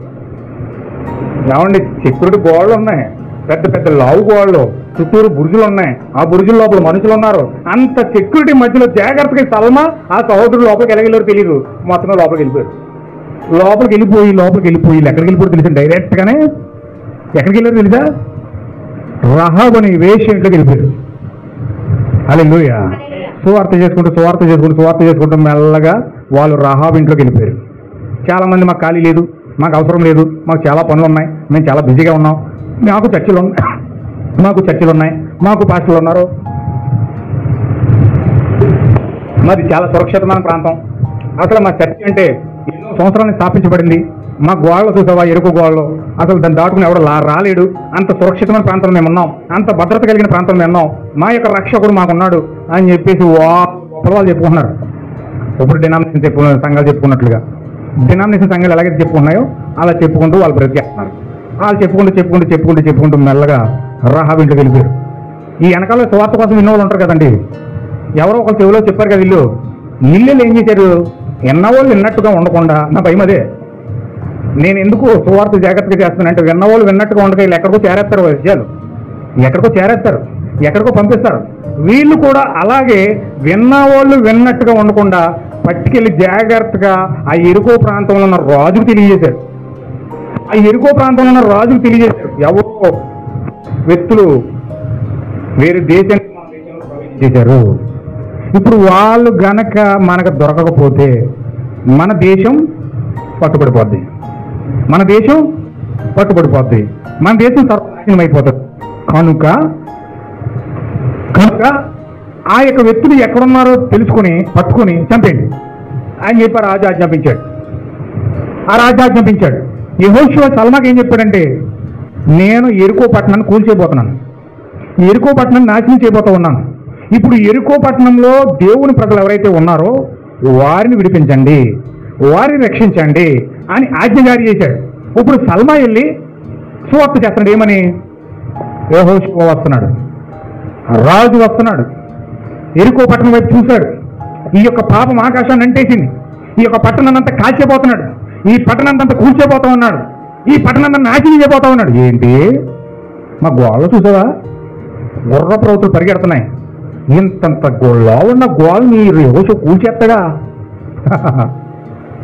అసలు ఏమనుకుంటున్నా గోళ్ళ చూడు ఒకసారి. ఆ గోళ్ళు ఎంతెంతలో ఉన్నాయి. ఆ గోళ్ళను కూల్చేస్తాడు యెహోషువ. సాధ్యమైపోయింది కాదు ఇది. ఇప్పుడు బ్రహ్మ వచ్చి అగ్ని రాజు పెట్టబోతా ఉంది. ప్రపంచాన్ని దేవుడు కాల్చిపోతున్నాడు. భయంకరమైన అగ్ని గంట కలిసి ప్రపంచం కాలిపోతుంది. అందులో నుంచి బయటికి రండి నా ప్రజలారా అని పిలుస్తుంటే ఏంటా 20 కోట్లకి పెట్టాము బిల్డింగ్, దీన్ని కూల్చేస్తుందా? అగ్నిలో కాలిపోతుందా? ఈ బిజీ ఎంతో తెలుసా? ఈ టవర్ ఎంతో తెలుసా? ఈ అందచందాలు ఎంతో తెలుసా? దీన్నంతా కాల్చేస్తాడు దేవుడు. ఎవరైనా నమ్ముతారండి? నమ్ముతారా? ప్రపంచం కాలిపోబోతుంది, దేవుడు కాల్చిపోతున్నాడండి ఎవరైనా నమ్ముతున్నారండి? అసలు వాళ్ళ జీవితంలో చేమకుట్టినట్టు లేదన్న మాట చెప్తాను. కాలుతుంది అంటే ఇప్పుడు కాలుతుందిలే. ఎప్పుడు కాలుతుంది, ఇప్పుడు మనకు జరుగుతుంది ఏంటి? మీకు ఇప్పుడు అవుతుంది ఏంటి? అన్నీ అవి కార్యాలు కాదు నాయన. మన పని మనం చేసుకుపోవడమే. వాళ్ళు అలా చెప్తూ ఉంటారు, మనం చేసుకుపోవడమే. వాళ్ళ హృదయాలు ఎలా ఉంటుందంటే అసలు చేమ పుట్టినట్టు కూడా ఉందండి.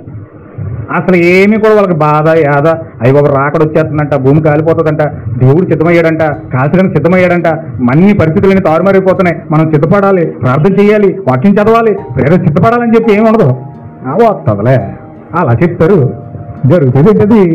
వాళ్ళ పాస్టర్లు కనుక చెప్పుకుంటూ పోతారు. నలుగురు డబ్బుల కోసం పోతున్నాకి అవన్నీ జరుగుతాయి ఏంటి?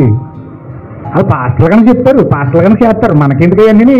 మనకేం రావులే, నువ్వు శుభ్రంగా ఉండు, నువ్వు బాగా బతికి, నువ్వు చేయాల్సిందంతా చేసి అనుకుంటారు మనిషి.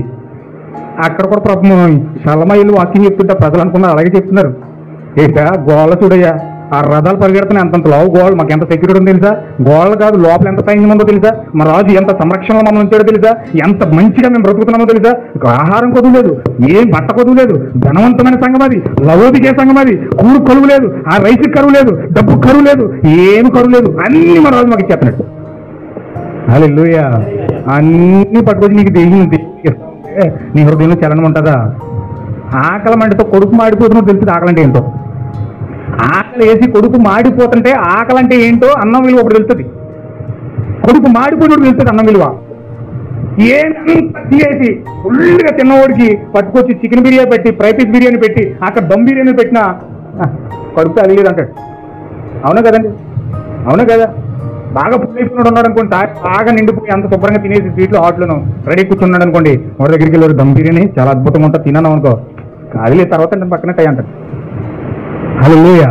అంటే ఈరోజు ప్రజలు వాక్యము తీసుకొచ్చి వారి జీవితాల్లో పెట్టడానికి ప్రయత్నం చేద్దామనుకోండి, ఖాళీ లేదండి. ఎందుకు తినేస్తారు? బుర్ర చిరాకు వస్తుంది, తలపడి వస్తుంది, నిద్ర వస్తుంది, బతుకం వస్తుంది, ఏదైనా వస్తుంది. అక్కడ కొడుకు నిండిపోయింది, ఇక్కడ లోకంతో నిండిపోయింది, పాపంతో నిండిపోయింది, శాపంతో నిండిపోయింది, భయంకర కార్యకలాపంతో నిండిపోయింది కొడుకు.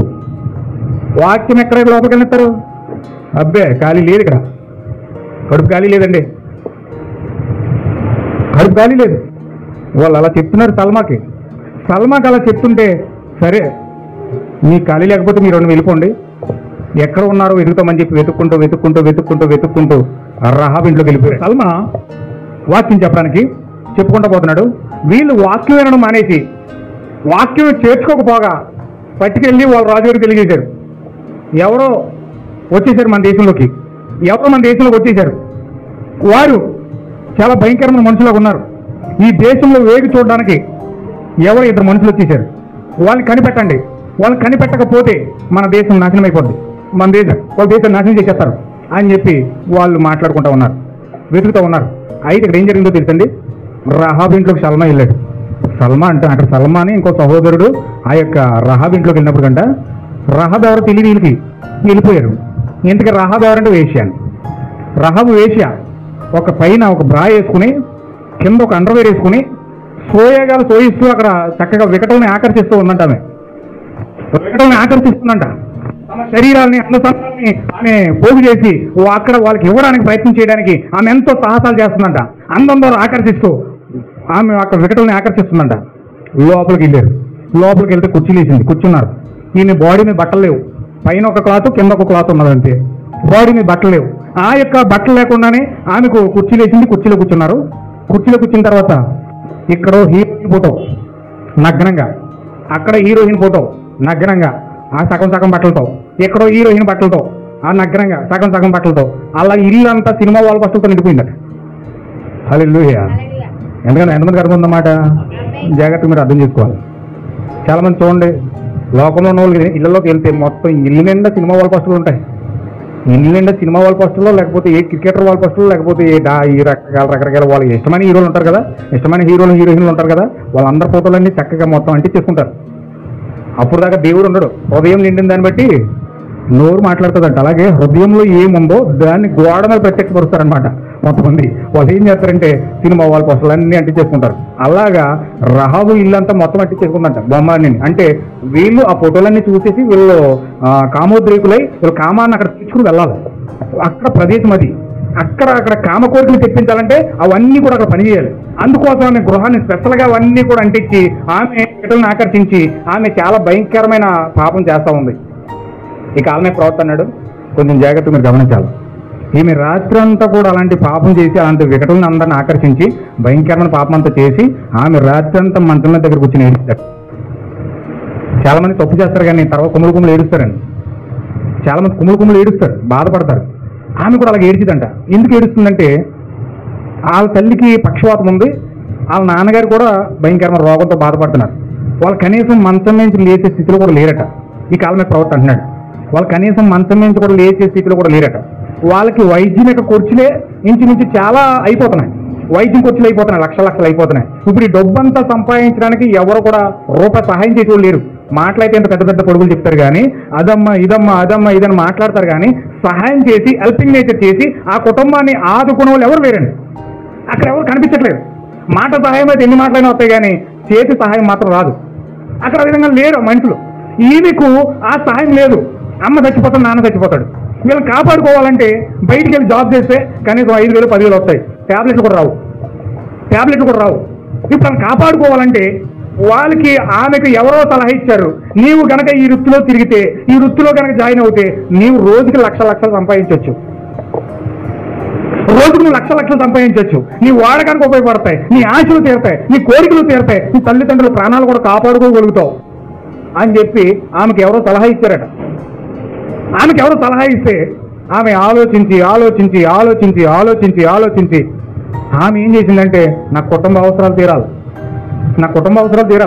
నా తల్లిదండ్రుల ఆరోగ్యాన్ని కాపాడుకోవాలి, నా జీవితాన్ని ఏదైనా అవసరం బట్టలు కొనుక్కోవాలి, క్లాతులు కొనుక్కోవాలి, లేకపోతే అవసరాలు తీర్చుకోవాలి. ఇవన్నీ తీర్చాలంటే డబ్బు అవసరం, డబ్బు కావాలి. పాపం చేయకుండా డబ్బు రాదా? వస్తుంది. 5,000 10,000 ఏ మూలకు వస్తాయి? ట్యాబ్లెట్ కూడా సరిపోవు. సరే, నేను అప్పగించుకుని దేవుడికి క్షమాపణ అడిగితే దేవుడు క్షమించడంటావా? నాకు నేనుగా ఈ పని చేసేసి దేవుడు క్షమాపణ అడిగితే క్షమించేయడంటావా అని చెప్పేసి నేనేం చేసిందంటే దేవుడు క్షమిస్తాడు, ఆయన క్షమించే దేవుడు, ఖచ్చితంగా నాకు క్షమాపణ దొరుకుతుంది అని చెప్పి ఈమెం చేసిందంటే ఆ వృత్తిలోకి మెల్లగా అడుగుపెట్టింది. ఆ వృత్తిలోకి ఎందుకు అడుగుపెట్టిందంటే తన యొక్క తల్లిదండ్రుల యొక్క ప్రాణాన్ని కాపాడుకోవడం కోసం వేరే దిక్కు లేక, వేరే ఆధారం లేక అందులోకి అడుగుపెట్టి అందులో బానిసైపోయి ఆ యొక్క భయంకరమైన ఇరుకు పట్టణంలో ఒక వేశ్య వృత్తి చేస్తున్నట్లుగా ప్రచారం చేయబడిపోయింది. మరి పలానా చోట పలానా క్యాండిడేట్ ఉంటుందంటారా, ఆ క్యాండిడేట్ దగ్గరికి ఇల్లు, పలానా చోట పలానా వ్యక్తి, పలానా రహావు, పలానా ఏరియా, పలానా సందు, పలానా అమ్మాయి, పలానా పేరు, మొత్తం ఆ ఎరుకు ప్రాంతం అంతా కూడా మొత్తం పబ్లిసిటీ అయిపోయింది. ఒక పవిత్రమైన నిజమైన క్రీస్తు వధువుగా పిలువబడబోయే అమ్మాయి ఇప్పుడు ఒక క్యాండిడేట్గా పిలువబడుతుంది. ఒక క్యాండిడేట్ భయంకరమైన వేశ్య రీతిలో తిరిగేసింది, భయంకరమైన పాపం చేస్తూ ఉంది.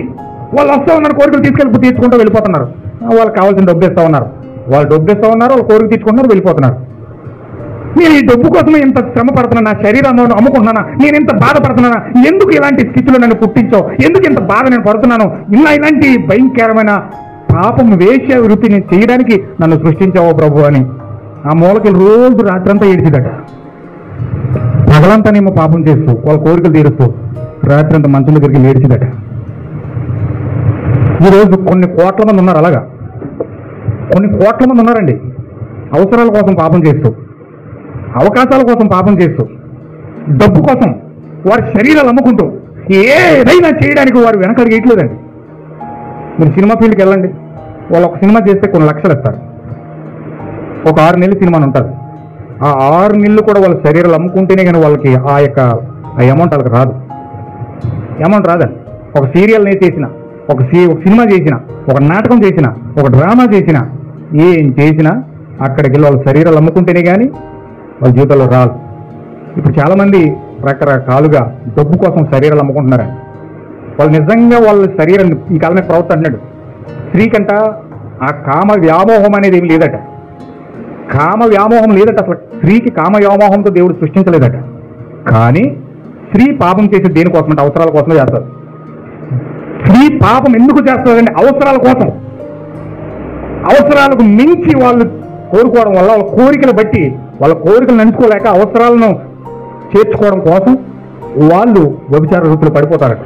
లేకపోతే పక్క సహోదరునో లేకపోతే పెళ్ళైన పురుషుడినో కోరుకోవడానికి వాళ్ళు ఇష్టపడతారు. ఎందుకంటే వాళ్ళ అవసరాలు తీర్చుకోవడం కోసం, వాళ్ళ అవసరాల కోసం. హల్లెలూయా. ఎంతమందికి అర్థమవుతున్నమాట? అయితే ఈ యొక్క రహాబు అనే వేశ్య అలాంటి భయంకరమైన వేశ్యవృత్తులు పడిపోయి తల్లిదండ్రుల కోసం ఆలోచిస్తుంది. ఒక పక్క తల్లిదండ్రులను బతికించుకోకపోతే ఏమైపోతారు? తల్లిదండ్రులు అంటే ప్రేమ, మరి బతకాలి. వాళ్ళు బతకాలంటే డబ్బు కావాలి. డబ్బు కావాలంటే వేరే ఆధారం లేదు. శరీరం నమ్ముకుంటూ బతికేస్తుంది. కానీ వెళ్ళి రోజు ఏడుస్తుంది. ఈ సల్మా ఇంకో సహోదరు వెళ్ళి కుర్చీలు ఎత్తి కూర్చున్నారట. కుర్చీలు ఎత్తే నడుము చూపిస్తుందంట. వాళ్ళ యొక్క చెస్ట్ భాగాన్ని చూపిస్తుందంట. ఆ యొక్క వెనక భాగం చూపిస్తుందంట. వాళ్ళకి లేని అందాలన్నీ వాళ్ళ ముందు పారేసి అన్ని విధాల ఆమె ఆకర్షించడానికి ప్రయత్నం చేస్తుందంట. వీళ్ళు ఎత్తిన తల పెంచకుండా ఇలాగే చూస్తూ ఆమెకు వాక్యం చెప్తున్నారట. ఆమె చూడట్లేదు. ఆమె ఏం చేస్తుందంటే వీళ్ళ యొక్క ప్రవర్తన గమనిస్తుంది. ఈమె చెప్పిన వాక్యం వింటలేదు. రహాబు ఈమె చెప్పిన వాక్యం వింటలేదు. రహాబు మొదలెట్టాడు. ఆది కాండం నుంచి, అబ్రహాం కాడ నుంచి, ఇస్సాకు, యాకోబు, యోసేపు మొత్తం చరిత్ర అంతా చెప్పుకొస్తున్నాడు. దేవుడు ఏమై ఉన్నాడు, యెహోవా ఏమై ఉన్నాడు, యెహోషువ ఎలా తీసుకొచ్చాడు, ఎలా పంపించాడు, మొత్తం స్టోరీ అంతా చెప్పుకోవడం. ఒక్క మొక్క కూడా ఏం లేదంట. ఎవరో రహాబు ఒక్క మొక్క ఏం లేదండి. ఎందుకంటే లోపలికి వెళ్తలేదు వాక్యం, ఏం వెళ్తలేదు. వాళ్ళకి ఎంతసేపు ఈమె వాళ్ళని ఏ విధంగా పడగొట్టాలి, వాళ్ళకి ఏ విధంగా కోరిక తీర్చాలి, ఏ విధంగా పడేస్తే నాకు డబ్బులు ఎక్కువ ఇస్తారు, ఏ విధంగా వీళ్ళకి ఆ యొక్క అందచందాలు చూపిస్తే రూపాయి ఇచ్చిన 10 రూపాయలు ఇస్తారు అన్నట్టుగానే ఆలోచిస్తుంది. కానీ ఈమె నిజముగా వాక్యం మీద దృష్టి పెట్టట్లేదండి. హల్లెలూయా. ఏమంటే ఎంతమందికి అర్థం ఉందన్నమాట? చాలా మంది అలాగే వాక్యం మీద దృష్టి పెట్టరండి. ఎదుటి వ్యక్తి యొక్క ప్రవర్తన గమనిస్తూ ఉంటారు. ఎదుటి వ్యక్తి యొక్క ప్రవర్తన గమనిస్తూ ఉంటారు. వాళ్ళు ఎలా ఉన్నారు, వీళ్ళు ఎలా ఉన్నారు, వాళ్ళు ఎలా ఉన్నారు, వీళ్ళు ఎలా ఉన్నారు అన్ని గమనిస్తారు. కానీ వాక్యం మీద మాత్రం దృష్టి పెట్టరు. వాక్యం మీద మాత్రం వాళ్ళకి దృష్టి రాదండి. ఒక్క మొక్క కూడా లోపలికి వెళ్దాం. నేను 100 మాటలు చెప్పిన ఒక్క మొక్క వెళ్దాను. ఎందుకని? వాళ్ళు గమనించే స్థితిలోనే ఉన్నారు కానీ, ఎదుటి వ్యక్తిని పరిశీలించే స్థితిలోనే ఉన్నారు కానీ వాక్యం లోపలికి తీసుకునే స్థితిలో లేరు. ఈ రహాబు కూడా అలాగే ఈ యొక్క వేలుని ఏ విధంగా పడేస్తే ఏ విధంగా పడతారో, ఏ విధంగా పడేయాలి అనే ఆలోచనలోనే ఉంది. కానీ ఆ వాక్యం మాత్రం చెప్పడానికి చెప్తుంటే ఒక్క మొక్క కూడా తీసుకోలేదండి. ఒక్క మొక్క కూడా వెళ్తలేదు. అయితే వీళ్ళు ఎత్తున తల మాత్రం ఎంతట్లేదు. ఈ సల్మా ఈ యొక్క సహోదరుడు దించిన తల ఎత్తకుండా వాళ్ళ వాక్యాన్ని చెప్పుకుంటూ పోతా ఉన్నారు. చెప్పుకుంటూ గంట, ఓ పావు గంట, అరగంట ట్రై చేసింది. ట్రై చేసి వీళ్ళు అప్పుడు రహాబుకు అర్థమైందంట, వీళ్ళు నాతో పాపం చేయడానికి రాలేదు. ఆమేన్. హల్లెలూయా. ఎంతమందికి అర్థమైందన్నమాట? వీళ్ళు నాతో పాపం చేయడానికి రాలేదు, నన్ను శారీరకంగా అనుభవించడానికి వీళ్ళు రాలేదు, వీళ్ళ యొక్క ఆశలు అవి కాదు, వీళ్ళ కోరికలు అవి కాదు, వీళ్ళు నిజముగా దేవుని యొద్ద నుంచి వచ్చిన దేవుని పిల్లలై ఉన్నారు. హల్లెలూయా. వీళ్ళు నిజముగా దేవుని యొక్క సేవకులై ఉన్నారు, వీళ్ళు నిజముగా దేవుడు పంపించిన వ్యక్తులై ఉన్నారు అని ఎప్పుడైతే రహాబు గమనించిందో, అయ్యగారు పాస్టర్ గారు ఒక్క నిమిషం ఆగండి, నేను మరలా వస్తాను, ఒక్క నిమిషం ఆగండి అని చెప్పి బాత్రూంలోకి వెళ్ళి శుభ్రంగా స్నానం చేసేసి ఆ లిప్స్టిక్లు, ఆ పెయింటింగ్లు, ఆ రంగు అంతా మొత్తం శుభ్రంగా స్నానం చేసేసి, ఆ తలంతా శుభ్రంగా తలారా స్నానం చేసేసి, శుభ్రంగా శారీ కట్టుకుని ఉళ్ళుగా నిండుగా కిందని పైదాకా చక్కగా వసంతరంతా చేసుకుని చక్కగా భక్తిపరులాగా ఒక నమ్రత కలిగిన స్త్రీ వలె, ఒక వినయం కలిగిన స్త్రీ వలె, ఒక విధేయత కలిగిన స్త్రీ వలె జాగ్రత్తగా వచ్చి సల్మా పాదాల దగ్గరకు వచ్చి, పాస్టర్ గారు ఇప్పుడు చెప్పండి అంటున్నది. హల్లెలూయా. పాస్టర్ గారు ఇప్పుడు చెప్పండి అన్నదంట. అప్పుడు ఇత్తడండి తల. అప్పుడు దాకా తల ఎత్తలేదు, అప్పుడు దాకా తల వంచలేదు. చాలా మంది చక్కగా స్త్రీ యొక్క అవయవాలు కనపడితే కళ్ళు గుడ్లప్పటికి రాదొస్తారు, పెద్ద పెద్ద కళ్ళు అయిపోతాయి, ఏదో కనపడిపోతున్నట్టు, ఏదో దొరికేస్తున్నట్టు వాళ్ళు చాలా కామాతృతతో చూస్తారు. వీళ్ళు కూడా అలాగే చూపిస్తారు. కొంతమంది ఉంటారులేండి బయట ఉన్న ప్రజలు. అయితే వీళ్ళు చూపించడం వీళ్ళకి ఇష్టం అవుతే చూడడానికి వాళ్ళకి ఇష్టం. భయంకరంగా కామోద్రేకంతో ప్రజలు బతుకుతారు. ఒక స్త్రీ అనుకుంటుందంటే అందరూ నన్ను చూడాలనుకుంటుందట. అందరూ నన్నే చూడాలి. నేను చీర కట్టుకుని వెళ్తే అన్న కొళ్ళు నా కళ్ళు ఇవి చూడదు. వారసూపులు చూస్తూ ఉంటుంది. వారసూపులు చూస్తూ ఉంటుంది. యెషయా గ్రంథంలో చెప్తున్నాడు 3వ అధ్యాయంలో ఏమని చెప్తున్నాడంటే, ఇజ్రాయేల్ కుమార్తెలంట వారసూపులు చూపుచు ఏమని నడుస్తున్నా చూడండి ఒకసారి, మీరు చదవండి ఒకసారి. అలా ఎలా నడుస్తారు చూడండి ఒకసారి. యెషయా గ్రంథం 3వ అధ్యాయం 3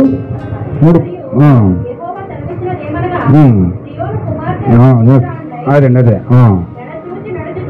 సియోను కుమార్తెలు గర్విష్ఠురాండ్లై మెడచాచి నడుచుచు వారచూపులు చూచుచు కుడుకుచో నడుచుచు తమ కాళ్ళ గజ్జలు మోగించుచున్నారు. చాలా మంది నడుస్తే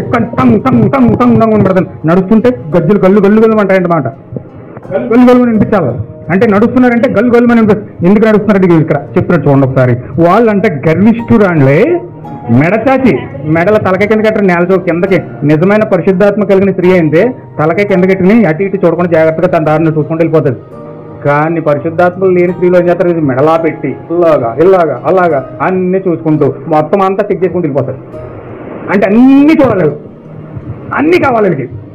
అంటే వారసూపులు చూస్తూ అన్ని చూస్తున్నారంటే ఈమెకు పరిశుద్ధాత్మ లేదు. పరిశుద్ధాత్మ లేని కారణం చేత చూసినవన్నీ కూడా ఆమె అందాలు ఆస్వాదిస్తారు. మెడచాచి నడుచుతూ అందరూ నన్ను చూసారు లేదా, నన్ను చూసారు లేదా, నా శారీ చూసారు లేదా, నేను ఎంత మంచిగా ఉన్నానని చూసాను లేదా, నేను ఎంత అందంగా ఉన్నానని చూసాను లేదా, అన్ని చెక్ చేసుకుంటూ అన్ని కళ్ళు నా మీద ఉండాలి. లోపల అనుకుంటారట ప్రవక్త మాట్లాడుతున్నారు, మీరు చదవండి, అవసరమే కోడ్ చూపిస్తాను.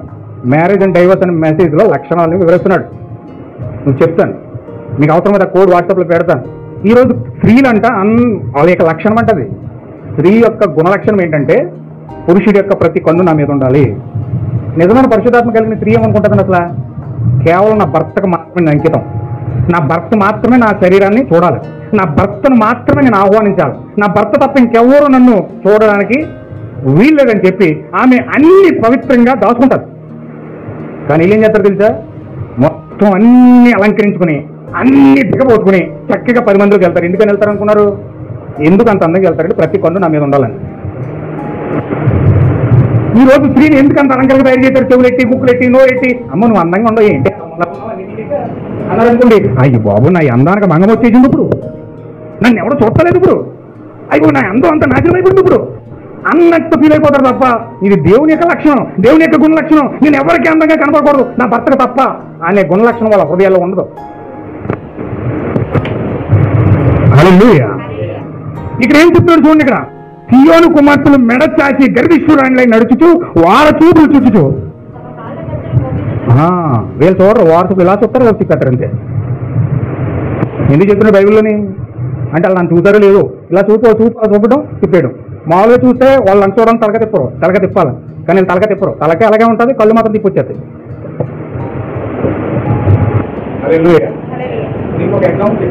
మీరు బాధపడుతుంది, మీరు పక్కన ఉన్నారు. నేను వాక్యం చెప్పుకుంటూ వెళ్ళిపోతున్నాను, నాకు ఆ వాక్యం వస్తుందని నేను చెప్పేస్తున్నాను, నాకు తెలియదు. ఒకసారి ఈ కాలమే ప్రవర్తి గేదెలు కొంటకి వెళ్ళాడు. ఒక ఆయన తీసుకుని వెళ్ళాడు, మంచి గేదె నాకు చూపించు, ఎందుకంటే గేదెలు మంచి గేదేదు చెడ్డ గేదేదు విలియం బ్రాండ్కి బాగా తెలుసు. గేదెలు బాగా మేపాడు అనమాట. ఈయన గేదెలు కాపరి. ఆయన పేరు ఏంటంటే, ఆయన పేరు ఎలా ఉండాలనుకున్నాడంటే ఆయన కౌబాయ్. ఆయన కౌబాయ్ ఎలా ఉండాలనుకున్నాడు, కౌబాయ్ అంటే గేదెలు కాపరి. ఆ కౌబాయ్లో ఉండాలనుకున్నాడు, కౌ తోపెట్టి ఆ బట్టలు కూడా కొనుక్కున్నాడు ఆయన చిన్నప్పుడు, డబ్బులెట్టి ఎక్కడెక్కడ కష్టపడి వచ్చి మొత్తం డబ్బులు పెట్టి కౌబాయ్కి డ్రెస్ కొనుక్కున్నాడు. టోపీ పెట్టి ఆ డ్రెస్ ప్యాంట్ ఏమో ఇంతలా ఉంటుంది, ఇదంతా సన్నంగా ఉంటుంది అనమాట. అది పాత ఎన్టీఆర్ సినిమాలో ఎన్టీఆర్ వేసి కూడా బట్టలని కౌబాయ్ లాగా. అలాగా ఆ విధంగా ఉండాలని బట్టలని కొనుక్కున్నాడు. కౌబాయ్ లాగా గేదెలు మేపాడు. గేదెలు యొక్క మంచి గేదేది చెడ్డ గేదేది బాగా తెలుసు అనమాట. ఒక ఆయన ఫ్రెండ్ వచ్చి, బ్రహ్మం నువ్వు గేదెలు బాగా తెలుసు కదా నీకు, నేను గేదె కొనుక్కుంటాను, ఒకసారి నాకు మంచి గేదేది చూపించాను. తీసుకెళ్ళారు సంతకే.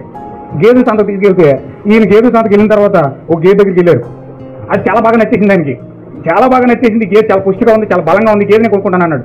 ఆ గేదెని చూస్తే దగ్గరికి వెళ్ళిన తర్వాత అదేమో కళ్ళు ఇలా తిప్పేస్తుంది, మొత్తం తిప్పేస్తుంది. ఈ చివరి నుంచి చివరికి మొత్తం తిప్పేస్తుంది కొళ్ళని. కళ్ళు తిప్పి వాళ్ళని చూసి బెదిరిపోయి ఇలా లాగేస్తుంది, చాలా ఆడవిడి చేసేస్తుంది. అది ఈ గేదె చూస్తేనే మీకు బాగా నచ్చేసింది.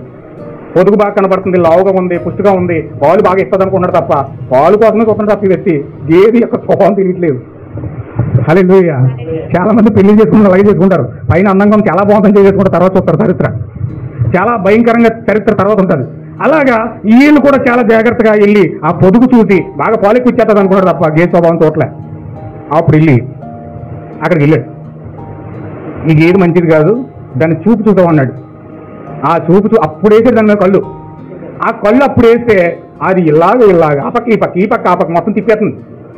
అలా తిప్పేస్తే ఎప్పుడైతే బెదిరి చూపులు చూసి కళ్ళన్నీ గిరగిరా తిప్పే ఒక దాన్ని చూద్దామంటే నువ్వు దాన్ని చేపదు, అసలు నువ్వు దాని వైపు చూడకు అని చెప్పి ఒక మంచి గేదె దగ్గర తీసుకుని వెళ్ళాడు. ఎప్పుడు కూడా ఆ చూపులు అటు ఇటు చెప్పి నిజాయితీ అనేది కళ్ళలో కనపడుతుందండి. నేను ఎప్పుడు మనిషితో మాట్లాడినప్పుడు ఎందుకు చూస్తానంటే ఈ వాక్యం చదివి మాట్లాడతాను. ఒక వ్యక్తితో మాట్లాడిన కళ్ళులో కళ్ళు పెట్టి మాట్లాడతాను. నేను ఎందుకు మాట్లాడతానంటే ఆ కళ్ళులో ఎంత నిజాయితీ ఉందో కళ్ళులో అర్థమవుతుంది. ఆ నిజాయితీ ఆ కళ్ళులో కనపడుతుంది. ఆ నిజాయితీ కళ్ళలో కనపడతాడు కాబట్టి అందుకే దేవుడు ఆ కన్నును పెట్టాడు. ఎందుకంటే దేవుడు అన్నాడు, నీ కన్ను యథార్థమైతే, నీ కన్ను మంచిదైతే నీ దేహం అంతయు మంచిగా ఉంటుంది అన్నాడు. అవునండి, కళ్ళు మంచిదైతే నీ శరీరం అంతయు కూడా మంచిగా. ఒకవేళ కళ్ళు చెడిపోయి అనుకోండి, నీ చూపే చెడిపోయింది అనుకోండి, మొత్తం మనిషి అంతా చెడ్డడే. నీ యొక్క ప్రతి ఒక్క కార్యం అంతా కూడా కళ్ళులోనే దాగుంది. అయితే ఇక్కడ కళ్ళు కోసం ఎందుకు మాట్లాడుతున్నాడంటే ఎప్పుడైతే కళ్ళు ఇటు తిప్పి అటు తిప్పి మొత్తం రకరకాలుగా కళ్ళుని తిప్పేస్తున్నారంటే వాళ్ళు నిజంగా యథార్థ పరులు కాదండి. వాళ్ళు చూస్తున్నారంటే అసలే యథార్థ పరులు కాదు. వాళ్ళ జీవితంలో అసలు యథార్థత ఉండదు. అయితే ఖచ్చితంగా ఈ యొక్క స్త్రీలు ఇజ్రాయేల్ సియోను కుమార్తెలు అంటే పైగా మళ్ళీ ఎవరండి? క్రైస్తవులు. క్రైస్తవులు ఎవరు కాదండి, సియోను కుమార్తెలు క్రైస్తవులు. వీళ్ళు వారసులు చూస్తున్నారంట. వీళ్ళు కులుగుతో నడుస్తున్నారంట. వీళ్ళు కాలు గెత్తులు కట్టుకుని, ముక్కులు కట్టిన, చెవులు కట్టిన, కాలు కట్టిన, పట్టాలు ఎట్టిన, అన్ని ఎట్టిన అందగత్తుల్లో తయారయ్యి రోడ్డు మీదకి వెళ్తున్నారు. దీనికోసం వాళ్ళ అందసందాలన్నీ 10 మందికి చూపించడానికి, నేను అందంగా ఉన్నానో లేదో తెలుసుకోవడానికి. హల్లెలూయా. అందుకే సొలొమోను మహారాజు ఒక అందమైన మాట మాట్లాడాడు. ఏమిటంటే అందము వ్యర్థము, సౌందర్యం వ్యర్థం అన్నాడు. మోసకరం అన్నాడు. నీకే బాగా వచ్చింది. అంటే ఈ యొక్క దేవుని యొక్క ప్రవర్తి కాలం ప్రవర్తి అన్నాడు. ఈ పైన అందం కాదు కానీ మనకు కావాల్సింది లోన అందం కావాలన్నాడు. ఆత్మ ఎంత ఉందో చూసుకోమన్నాడు. ఆత్మ ఎంత పవిత్రంగా ఉందో చూసుకోమన్నాడు. ఆత్మ ఎంత యథార్థంగా ఉందో చూసుకోమన్నాడు. కానీ అవి కనపడవు కదా. అవి ఎవరు చూస్తారండి? లోపల అందరూ ఎవరు చూస్తారు? ఎవరు చూడరు దాన్ని. పైన అయితే మంచి డెకరేషన్ చేసుకుంటే అమ్మో నిన్ను భలే ఉందిరా ఎవడు అనుకున్నాడు. లోపల మంచి డెకరేట్గా అందంగా తయారీ ఇల్లు నీతో చెప్పలేదు, బయట ఎక్కడ అనుకున్నాడు, అమ్మ ఈ అబ్బాయి భలే ఉంది, ఈ అమ్మాయి చాలా అద్భుతంగా ఉందని లోపల అనుకుంటున్నాడు. యేసుక్రీస్తు ఏం చెప్పారు తెలుసండి? యేసుక్రీస్తు ఏమన్నాడంటే ఒక స్త్రీ చూస్తే అప్పుడే నువ్వు మాట్లాడావా, లేకపోతే అతనితో ఏమన్నా సెకండ్ ఇచ్చావా, లేకపోతే అతనితో ఏమైనా పరిచయం పెంచుకున్నావా, లేకపోతే అతనితో ఏమన్నా శారీరకంగా సంబంధం పెట్టుకున్నావా? ఏం పెట్టుకోలే. జస్ట్ నువ్వు అందంగా తయారు రోడ్డు మీద వెళ్ళావు అంతే. నేను ఎవడో చూశాడు, అబ్బా భలే ఉంది అనుకున్నాడు, అప్పుడే ఆడికి నీకు అయిపోయింది. బైబిల్ ప్రకారం దానికి లెక్క ఎవరు చెప్తారు? తీర్పు దినం రోజున నువ్వు అక్కడ నిలబడి యేసుక్రీస్తు అంటే నువ్వు పలానా వ్యక్తితో వ్యభిచారం చేసావంటాడు. నేనా ప్రభువా? ఆ వ్యక్తికి నాకు అసలు సంబంధం లేదు ప్రభువా, నేను అసలు ఎప్పుడు అతనితో మాట్లాడలేదు ప్రభువా, అయ్యో నాకు అసలు అతను ఎవరు కూడా తెలియదు ప్రభువా, అదేంటి ప్రభువా అసలు ఏమి లేకుండా అలాగంటావేంటి ప్రభువా? నువ్వు దేవుడి మీద ఫైటింగ్ చేసేస్తావు. అప్పుడు నీకు వీడియో చూపిస్తాడు.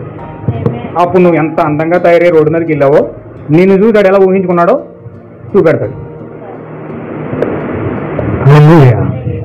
అప్పుడు ఏం చేస్తావు? అప్పుడు తలంచుకుని జాగ్రత్తగా ఆయన చూపించిన నరకం యొక్క గొయ్య, పాతాళం యొక్క గొయ్య, అది నీకు ఏర్పాటు చేసి వెళ్ళి అంటారు. అక్కడికి వెళ్ళి పడిపోవాలి. అంటే నీకు తెలియకుండానే పాపం నీ మీద యాడ్ అయిపోతుంది. నీకు తెలియకుండానే నువ్వు అందచందాలను బట్టి నీకు తెలియకుండానే పాపం యాడ్ అయిపోతుంది. చెవులు ఎట్టొద్దమ్మా, ముక్కులు ఎట్టొద్దమ్మా, కాళ్ళు ఎట్టొద్దమ్మా, పవిత్రంగా ఉండమ్మా, ఆ పరిశుద్ధాత్మ కలిగిన స్త్రీ వల్ల ఉండమ్మా. నేను ఎందుకు పాశ్రం ఒప్పుకుంటాడు? నీవు తీర్పు రోజున విచారిగా నువ్వు నిలబడకుండా ఉండాలని, తీర్పు రోజు నువ్వు పవిత్రంగా పరలోకపు వధువుగా దేవుని యొక్క సింహాసనంలో కూర్చుండాలని. అసకేం పని పాట లేదు. మనం ఇలా పెట్టుకోవడం ఇష్టం లేక, అందంగా కనపడడం ఇష్టం లేక ఇలాంటి ఊర్లని చెప్తున్నాడు అనుకుంటారు. కానీ మన జీవితం ఏమైపోతుందో, రేపు పొద్దున మనం వేశ్యల కింద ఎలా నిలబడవలసి వస్తుందో, ఏ విధంగా పాపం చేయవలసి వస్తుందో, ఏ విధంగా తీర్పు రోజున ఒక వేశ్యగా ముద్రించుకోవాల్సి వస్తుందో భవిష్యత్తు చూడం కదా. ఆ తీర్పు రోజు ఏం జరుగుతుందో దాన్ని మనం కళ్ళారా చూస్తూ భయపడతాం. అసలు దాన్ని చూడకపోతే, తీర్పు అనేది ఉన్నదని మనకు తెలియకపోతే, ఈ ధర్మశాస్త్రం కింద ఉండి, ఈ లోకం మీద ఉండి, లోక కార్యాలు మనం చూస్తూ ఉంటే, ఎప్పుడు ఆ యొక్క పరదేశంలో తీర్పు రోజున జరిగే ఆ తీర్పు దినమున, విమర్శ దినమున మనం ఏమి చూడగలుగుతాము? నా ప్రియమైన సహోదరులు, మీరు ఒకసారి ఆలోచించండి. మీరు ఆ రోజు ఆ యొక్క రహాబు చాలా అందంగా డెకరేట్ చేసుకుంది. ఆ యొక్క పిరుతులు చూపించింది, ఆ యొక్క నడుము చూపించింది, ఆ చెస్ట్ చూపించింది, అన్ని రకాలుగా ట్రై చేసింది. కానీ వాళ్ళలో పరిశుద్ధాత్మ ఉన్నది కాబట్టి, దేవుడు క్రీస్తుగా శరీరధారి క్రీస్తు గృహంలోకి వెళ్ళాడు కాబట్టి, అక్కడ స్త్రీని మార్చడానికి ఆ యొక్క ప్రవర్త, ఆ యొక్క సల్మా అక్కడ ప్రయత్నం చేస్తా ఉన్నాడు. ఎప్పుడైతే స్త్రీ యొక్క గుణగణాలని గమనించాడో, ఆ యొక్క తల దించిన తల ఎత్తలేదండి. అప్పుడు ఎప్పుడైతే ఆమె శుభ్రంగా కట్టుకుని అక్కడికి వచ్చిందో, అప్పుడు ఎత్తాడు తల. అప్పుడు చూశాడు రహాబుని. హల్లెలూయా. ఎప్పుడైతే రహాబుని ఆ విధంగా చూశాడో, పెదాల మీద చిరునవ్వు వచ్చిందట. అప్పుడు చెప్పాడండి, God bless you sister. Hallelujah. God bless you. దేవుడు నేను దీవించును గాక, దేవుడు నేను ఆశీర్వదించును గాక. దేవుని యొక్క ఆత్మ చేత నింపబడడానికి, దేవుని యొక్క చిత్తంలో, దేవుని యొక్క ఏర్పాటు చేసుకుని నీవు ఈ యొక్క ప్రాంతంలో ఉన్నావు. దేవుని యొక్క గొర్రె పిల్ల జీవ గ్రంథంలో నీ పేరు దేవుడు రాశాడు. హల్లెలూయా. దేవుని యొక్క ప్రణాళికలను ఉన్నావు, దేవుని యొక్క ఏర్పాట్లను ఉన్నావు, దేవుని యొక్క ఆలోచనలను ఉన్నావు. ఎఫెసీ పత్రిక, యోహాను పత్రిక, మొత్తం అన్ని పత్రికలు ఆ యొక్క రహాబు ముందు పెట్టేటప్పటికి కళ్ళలంట కన్నీరు వస్తున్నాయట. ఏడుస్తుంది, పశ్చాత్తాపడుతుంది. అయ్యో, నేను ఇలాంటి అద్భుతమైన దేవుడిని విడిచిపెట్టానే, అయ్యో ఇటువంటి అద్భుతమైన దేవుడిని ఎంతవరకు నేను ఆరాధించలేదే, ఇటువంటి దేవుడు ఒక ఆయన ఉన్నాడని నేను మరిచిపోయి నేను చాలా బాధపడతా ఉన్నాను, చాలా ఇబ్బంది పడతా ఉన్నాను. దేవుడు ఇలాంటి పరిస్థితిలో ఉన్న నన్ను ప్రేమిస్తున్నాడా? ఇలాంటి పరిస్థితిలో ఉన్న నన్ను గౌరవిస్తున్నాడా? వేశ్యనైన నన్ను ప్రేమిస్తున్నాడా నా దేవుడు? ఎస్ ఎస్ మిసెస్ రహాబు, దేవుడు నిన్ను ప్రేమిస్తున్నాడు, దేవుడు నిన్ను గౌరవిస్తున్నాడు. దేవుడు నీ శరీరం చూడలే, పై రూపం చూసే దేవుడు కాదేనే. నువ్వెన్ని అందచందాలు చూపించిన ఆయన చూడవు, నువ్వెన్ని అలంకరణలు అలంకరించుకున్న ఆయన చూడవు, నువ్వెన్ని అందచందాలు ప్రదర్శించిన ఆయన చూడవు. నిన్ను దేవుడు నీ అంతరంగాన్ని చూస్తున్నాడు. హల్లెలూయా. నీ అంతరంగం ఎవరికో తెలుసా? దేవుడిది. నీ అంతరంగంలో ఎవరి విత్తనం ఉందో తెలుసా? దేవుడిది. అందుకే జగత్పునాది వేయబడకముందు దేవుడు నిన్ను ఆయన తలంపులో ఉంచుకున్నాడు. జగత్పునాది వేయబడకముందు నిన్ను ఆయన ఏర్పాటు చేసుకున్నాడు. నీ పేరు గొర్రెపిల్ల జీవగ్రంథంలో రాశాడు. హల్లెలూయా. నిన్ను తీసుకెళ్ళడానికి దేవుడు ఈ ప్రాంతంలోకి మమ్మల్ని పంపించాడు. ఆమేన్. హల్లెలూయా. నిన్ను తీసుకెళ్ళడానికి దేవుడు ఈ ప్రాంతంలో మమ్మల్ని పంపించాడు. ఓ నా ప్రియమైన సహోదరి, నా మాట ఆలకించు. యెహోవా ఇలా సెలవిస్తా ఉన్నాడు, ఇదిగో యెరికో ప్రాంతం అంతా కొద్ది దినాల్లో కూలిపోబోతా ఉంది. మా నాయకుడు, మా గొప్ప యెహోషువ, మా సైన్యములకు అధిపతి యెహోవా, ఆయన భూమి మీదకి వచ్చాడు, ఆయన దిగొచ్చాడు. ఆయన ఇప్పుడు ఎరుకో గోడల చుట్టూ ప్రాకారాలు కడతా ఉన్నాడు, ఎరుకో గోడల చుట్టూ సైన్యం ముట్టడిస్తా ఉన్నారు.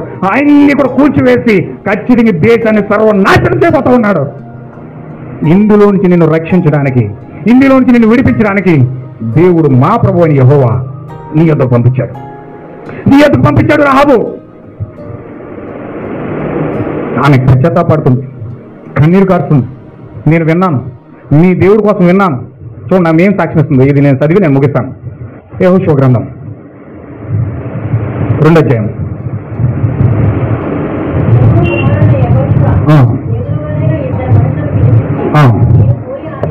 కొంచెం జాగ్రత్తగా మీరు లాస్ట్ మాటలు జాగ్రత్తగా ఉనండి.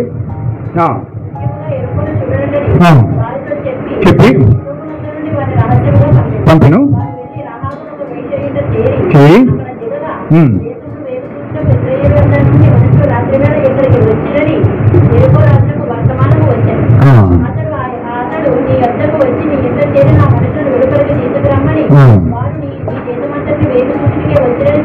చెప్పుటకు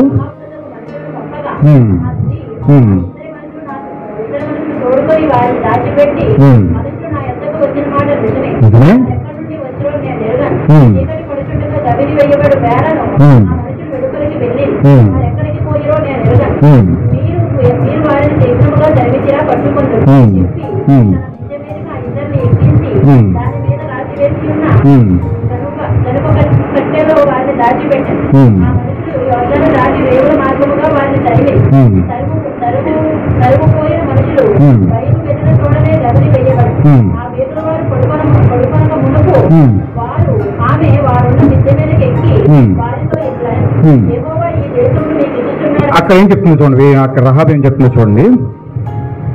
ఆ వేగుల వారితో ఇలా మాట్లాడుతుందామే. యెహోవా ఈ దేశమును మీకు ఇచ్చిచున్నాడనియు, మీ వలన మాకు భయము పుట్టుననియు, మీ భయము వలన ఈ దేశ నివాసులందరికీ ధైర్యము చెడుననియు నేను ఎరుగుదును. హల్లెలూయా. ప్రపంచమంతా భయముతో నిండి ఉంది. ఇప్పుడు ఏదో జరగబోతుంది భూమి మీద. ఒక గ్రహశిలకం వచ్చి భూమిని అంతం చేయబోతుంది. భూమి అంతా కాలిపోబోతుంది. భయం వెంటాడుతుంది మనుషుల్ని. పైకి చిరునవ్వుతో డబ్బు ఉంది, బంగారం ఉంది, అది ఉంది, పొలాలు ఉన్నాయి, ఆస్తులు ఉన్నాయని చాలా పైకి గంభీరంగా కనబడుతున్నా ఎవడెప్పుడు చచ్చిపోతారు ఎవరికి తెలియదు. హల్లెలూయా. వచ్చేయని మరణం కేకేసిందంటే ఎన్న పరిగెత్తుకుపోవాలి. ఏది ఏ విధంగా ఎక్కడి నుంచి ఎక్కడికి వస్తుందో తెలియదు. చిన్న జ్వరం వచ్చిందంటే ఎన్న ట్యాబ్లెట్ తెలియదు. చిన్న తలపడి వచ్చిందంటే ఏదో జరిగిపోతుంది. చిన్న గ్యాస్ ఫామ్ అవుతుందంటే ఏదో జరిగిపోతుంది. డాక్టర్ గారు పరిగెత్తుకుపోవాలి. ఏదో ఏదో ఏదో భయం వెంటాడుతుంది మనుషుల్ని. వచ్చేసింది భయం, మరణ భయం వచ్చేసింది. అన్ని భయాల కంటే గొప్ప భయం ఏంటంటే మరణ భయం. ఏది వచ్చినా సరే నేను చచ్చిపోతానేమో, నేనేదో అయిపోతానేమో. ప్రతి ఒక్కరిని ఏం చేస్తుందండి? మరణ భయం వెంటాడుతుంది. పైకి అంత ధైర్యవంతులుగా కనపడుతున్న పైకి లోపల అంతా భయం భయం. ఏ పక్క నుంచి ఏ పాము వచ్చేద్దో, ఏ పక్క నుంచి ఏ తెగులు వచ్చేద్దో, ఏ పక్క నుంచి ఏది వచ్చేస్తుందో, ఏ పక్క నుంచి ఏ దెయ్యం వచ్చి మీద పడిపోతుందో, ఏ కార్యాలు చేయకపోతాయో అంత భయం భయం భయం భయం. అంతా అనుమానం భయం, అనుమానం భయం, అనుమానం భయం, అనుమానం భయంతోనే చేసే పాపాలని చేసేస్తూ ఉంటారు. హల్లెలూయా. ఇప్పుడు మీరు ఐగుప్తు దేశంలో నుండి వచ్చినప్పుడు మీ ఎదుట యెహోవా ఎర్ర సముద్రమును నీరును ఎలాగూ ఆర్పోజేసినో, సిహోనును ఓగును మీరు ఏమి చేసితిరో, మీరు ఎలాగూ వారిని నిర్మూలన చేసితిరో అంటే ఇవన్నీ ఎరికో ప్రాంతంలో ఉన్న ఈ యొక్క సహోదరి చక్కగా వింటుంది. ఒక సైన్యం వస్తుంది, ఒక వధువు వస్తుంది, ఒక దేవుడు వస్తున్నాడు, వారి వెంట విజయం ఉంది, వారి వెంట పదవుతున్నాడు, వారి వెంట జీవం ఉంది. ఏ దెయ్యము కూడా వారి మీద నిలబడదు. ఏ దెయ్యము కూడా వారిపైన దాడి చేస్తే ఓడిపోతుంది. ఖచ్చితంగా వారికి విజయాలే విజయాలు ఉన్నాయి. ఆ దేశాన్ని చూసి మా దేశం గడగడ గడగడ వణికిపోతుంది. ఆహా, భలే విషయాలు విన్నదండి. అయితే కానీ ఎంత అద్భుతమైన మెసేజ్ అన్నారంటే, నిజంగా దేవుని యొక్క సంతానము భూమిపైన ఉన్నదని ఆమె విన్నది. హల్లెలూయా. ఎందుకు విన్నదండి? ఎందుకు విన్నది? ఆమె ఎందుకు విన్నది? ఆమెకి ఎందుకు వినబడుతున్నాయి? ఎందుకంటే ఆమె కూడా అందులో భాగస్వాలైంది. హల్లెలూయా. వర్తమానం ఎందుకు వినపడతా తెలుసండి? అందరూ వినరు, అందరూ వినబడలేదు, అందరూ చెవెట్టరు, అందరికీ వాక్యం ఎక్కదు, అందరూ దాన్ని ఆలకించరు. ఎవరు ఆలకించారు తెలుసండి? ఎవరైతే అందులో భాగస్తులై ఉన్నారో వారు మాత్రమే వింటారు. హల్లెలూయా. దేవుని యొక్క మహాకృపను బట్టి మీరు అందరూ భాగస్తులై ఉన్నారు కాబట్టినే వాక్యం వింటా ఉన్నారు. ఆమేన్. హల్లెలూయా. నాకు ఏ సంబంధం లేదు, దేవుడు నాకేం చేయలేదు, దేవుడు నన్ను ఏం చూడట్లేదని మీరు అనుకోవద్దు. నో సార్, ఖచ్చితంగా అందులో మీరు భాగస్తులై ఉన్నారు. దేవుని యొక్క సంతానములో, దేవుని యొక్క జనములో మీరు కూడా భాగస్తులై ఉన్నందుకే ఆ వాక్యం మీరు వింటా ఉన్నారు. ఏం చేస్తున్నా చూడండి. కరిగిపోయినాయి నీ దేవుడని యెహోవా పైన ఆకాశమందును కింద భూమి అందును దేవుడే. ఆహాహా. ఈమె ఒప్పుకొని చూడండి. మేము పైకి ఇక్కడ ఎరుకో పట్టణంలో ఉన్నాం కదా, ఎరుకో దేవతంటలేదు ఆమె. ఏమన్నా వింటున్నారా? ఎరుకో దేవతంటలే, ఎరుకో దేవుడిని దేవుడు అంటలే, ఎరుకోలో ఉండి ఎరుకో దేవుడు అని ఒప్పుకోట్లా. ఆమె ఇజ్రాయేలు దేవుడే దేవుడు అని ఒప్పుకుంటుంది. Praise God. హల్లెలూయా. ఈ రోజు నీవు కూడా ఒక అన్య సంబంధమైన దేశంలో ఉండి అన్యుడిగా పుట్టి అన్య ప్రాంతంలో నువ్వు బ్రతుకుతూ ఉండి నీవు ఇక్కడ ఉన్న దేవుడిని ఆరాధించకుండా, ఇక్కడ ఉన్న దేవుడిని ఆరాధించకుండా ఎక్కడో ఇజ్రాయేల్ ఉన్న దేవుడైన యేసుక్రీస్తుని దేవుడు అంటున్నావు. హల్లెలూయా. మరి దేశానికి కోపం రాదా? మా దేవుడిని ఆరాధించకుండా నువ్వు దేవుడిని యేసుక్రీస్తుని ఆరాధిస్తావా? పరాయి దేశము దేవుడిని ఆరాధించావు, నువ్వు పరాయి దేవుడిని ఆరాధించావా? ఎక్కడ అమెరికా దేవుడిని ఆరాధించావా అంటున్నారు వాళ్ళు. హల్లెలూయా. దేవుని నాకు మహిమ కలుగును గాక. నువ్వు ఎక్కడుండి భారతదేశంలో ఉండి భారతదేశంలో ఉన్న దేవుడు నువ్వు ఎక్కడ దేవుడిని ఆరాధిస్తున్నావు? ఇజ్రాయేల్ దేవుని దేవుడు అంటున్నావు నువ్వు. హల్లెలూయా. ఇప్పుడు ఆ రహాబు ఎవరు? ఒక అన్యురాలు. ఆమె ఎరుకో దేశానికి చెందిన వ్యక్తి. ఎరుకో దేశానికి చెందిన వ్యక్తి ఎరుకో దేవుడిని ఆరాధించడం మానేసి ఏమంటుంది అక్కడ? చదవండి ఒకసారి. 11వ వచనం. మేము వినినప్పుడు మా గుండెలు కరిగిపోయిన పశ్చాత్తాపం వచ్చేసింది. మీ దేవుడైన యెహోవా పైన ఆకాశమందు గాని కింద భూమి యందును దేవుడే. హల్లెలూయా. పైన ఆకాశం అందే కానీ కింద భూమి అందే కానీ భూమి కింద నీళ్ళ అందే కానీ ఏ ప్రతిమ కూడా నేను చేసుకోవద్దు, నేనే దేవుడైన యేసుక్రీస్తుని, నేనే ప్రభువు యేసుక్రీస్తుని అని ఆయన చెప్పిన ఆజ్ఞను నమ్మి మా దేవుడు యేసుక్రీస్తు అంటున్నాను. హల్లెలూయా. భారతదేశంలో దేవుళ్ళు లేరా? బోల్ మంది ఉన్నారు. 30 కోటి దేవతలు ఉన్నాయి. బోల్ మంది దేవుళ్ళు. వీధికో దేవుడు ఉన్నాడు, గ్రామానికో దేవత ఉంది, ఇంటికో చెట్టు ఉంది. ఏమండి ఎన్ని ఉన్నాయి? బోల్డ్ ఉన్నాయి. తాడి చెట్టు ఉంది, యాప చెట్టు ఉంది, జన్నరి చెట్టు ఉంది, బోల్ చెట్లు ఉన్నాయి. లేవా? చెట్లు లేవా? గుళ్ళు లేవా? మందిరాలు లేవా? ఏమండి దేవతలు లేవా? గ్రామ దేవతలు లేవా? ఎన్ని ఉన్నాయి? మరి ఇవన్నీ మానేసి నువ్వు దేవుడిని ఎందుకు పట్టుకున్నావు? నువ్వు మాల జాతి అయినందుగా, మాది జాతి అయినందుగా, లేకపోతే ఇంకో ఏదో జాతి అయినందుగా? ఏ జాతులు అయినందుకు నువ్వు దేవుడిని పట్టుకున్నావు? దేవుడిని ఎందుకు పట్టుకున్నావు? దేవుడిని ఎందుకు పట్టుకున్నావు అంటే ఇదిగో రహాబుకు వచ్చిన ప్రత్యక్షత నీకు వచ్చింది కాబట్టి. హల్లెలూయా. ఈ రహాబుకు వచ్చిన ప్రత్యక్షత పైన ఆకాశమందును సృష్టించిన దేవుడు, కింద భూమిని సృష్టించిన దేవుడు, సర్వ దేవతలను సృష్టించిన దేవుడు, సకల దేవతలకి దేవుడైన ప్రభు అయిన యెహోవాయే దేవుడై ఉన్నాడు. ఆయన నన్ను సృష్టించాడు కాబట్టి ఆయన్ని నమ్ముకుంటున్నానని చెప్తున్నా. ఓకే రైట్, చదవండి. నీ ఎదుట ఎట్టి మనుషునికైనను ధైర్యం ఏమాత్రం ఉండదు. నేను మీకు ఉపకారం చేసింది కనుక మీరును నా తండ్రి ఇంటికి ఉపకారం చేసి నాకు నిజమైన ఆనవాళ్ళు ఇచ్చి నా తల్లియు నా తండ్రియు నా అన్నదమ్ములను అక్కచెండ్రులను వారిని అని కలిగి ఉన్న వారందరినీ చావకుండా బ్రతకనిచ్చి రక్షించినట్లుగా దయచేసి యెహోవా తోడని ప్రమాణం చేయుడనెను. అబ్బబ్బా, నిజముగా ఆ యొక్క రహాబును దేవుడు దీవించును గాక. ఆమె యొక్క లక్ష్యం చూడండి.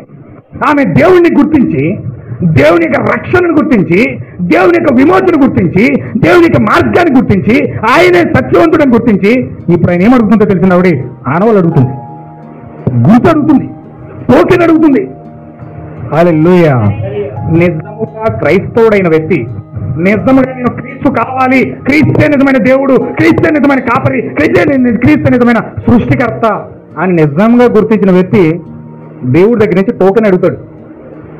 నాకు ఇల్లు ప్రభు, నాకు మంచి భార్య ప్రభువా, నాకు మంచి ఆహారం ఈ ప్రభువా, లేకపోతే నాకు మంచి ఉద్యోగం ఈ ప్రభువా, లేకపోతే నాకు మంచి ఆరోగ్యం ఈ ప్రభువా, లేకపోతే నాకు అది ఈ ప్రభువా, నాకు ఇది ఈ ప్రభువా, అలాగైతే నేను వెంబడిస్తాను, లేదా వెంబడించిన ప్రభువా అని అంటలేదు. హల్లెలూయా. దేవుని నాకు మహిమ కొను గాక. ఇప్పుడు అదేం అడగట్లేదండి.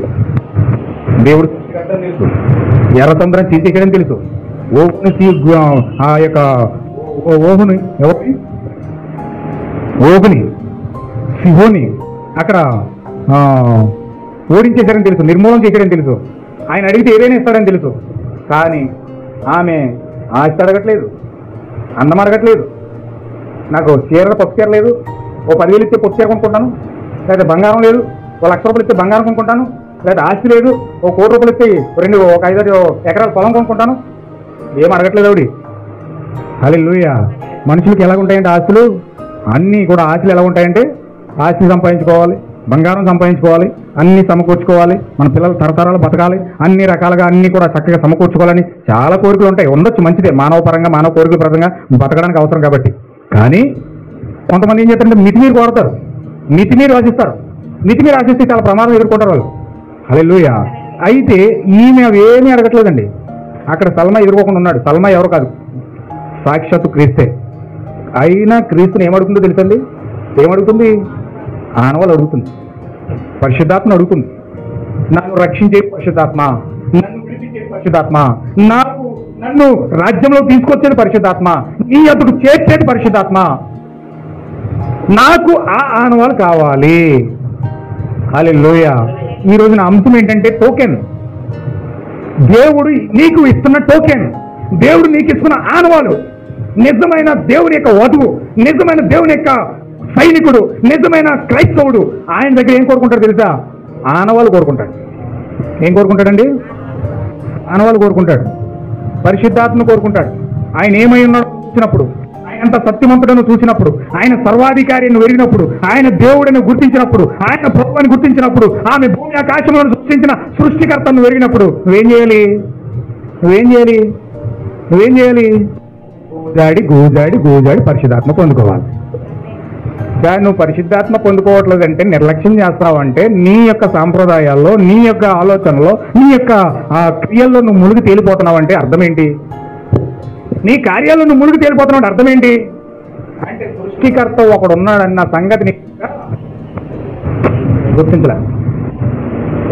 ఆయన సర్వాధికారి అని, ఆయన్ని నడిపించేవాడని, ఆయనే మనల్ని పోషించేవాడని, ఆయన మనల్ని తీసుకెళ్ళేవాడని, ఆయనే సమస్తము సర్వంలో సర్వమని నువ్వు గుర్తించలే. దేవుడున్నా సన్నాడన్న సంగతి నువ్వు ఇంకా గుర్తించలే. నీ హృదయానికి ఎలా కనిపిస్తుందంటే దేవుడు ఉన్నాడంటావా? ఉంటే నా బతికెళ్ళకి ఎందుకు అయిపోద్ది? ఉంటే నేను ఎందుకు ఇలా ఉంటాను? ఉంటే నేను ఎందుకు ఇలా పాపం చేస్తాను? దేవుడు నాతో లేడులే, పాపం చేసేస్తున్నాను కదా,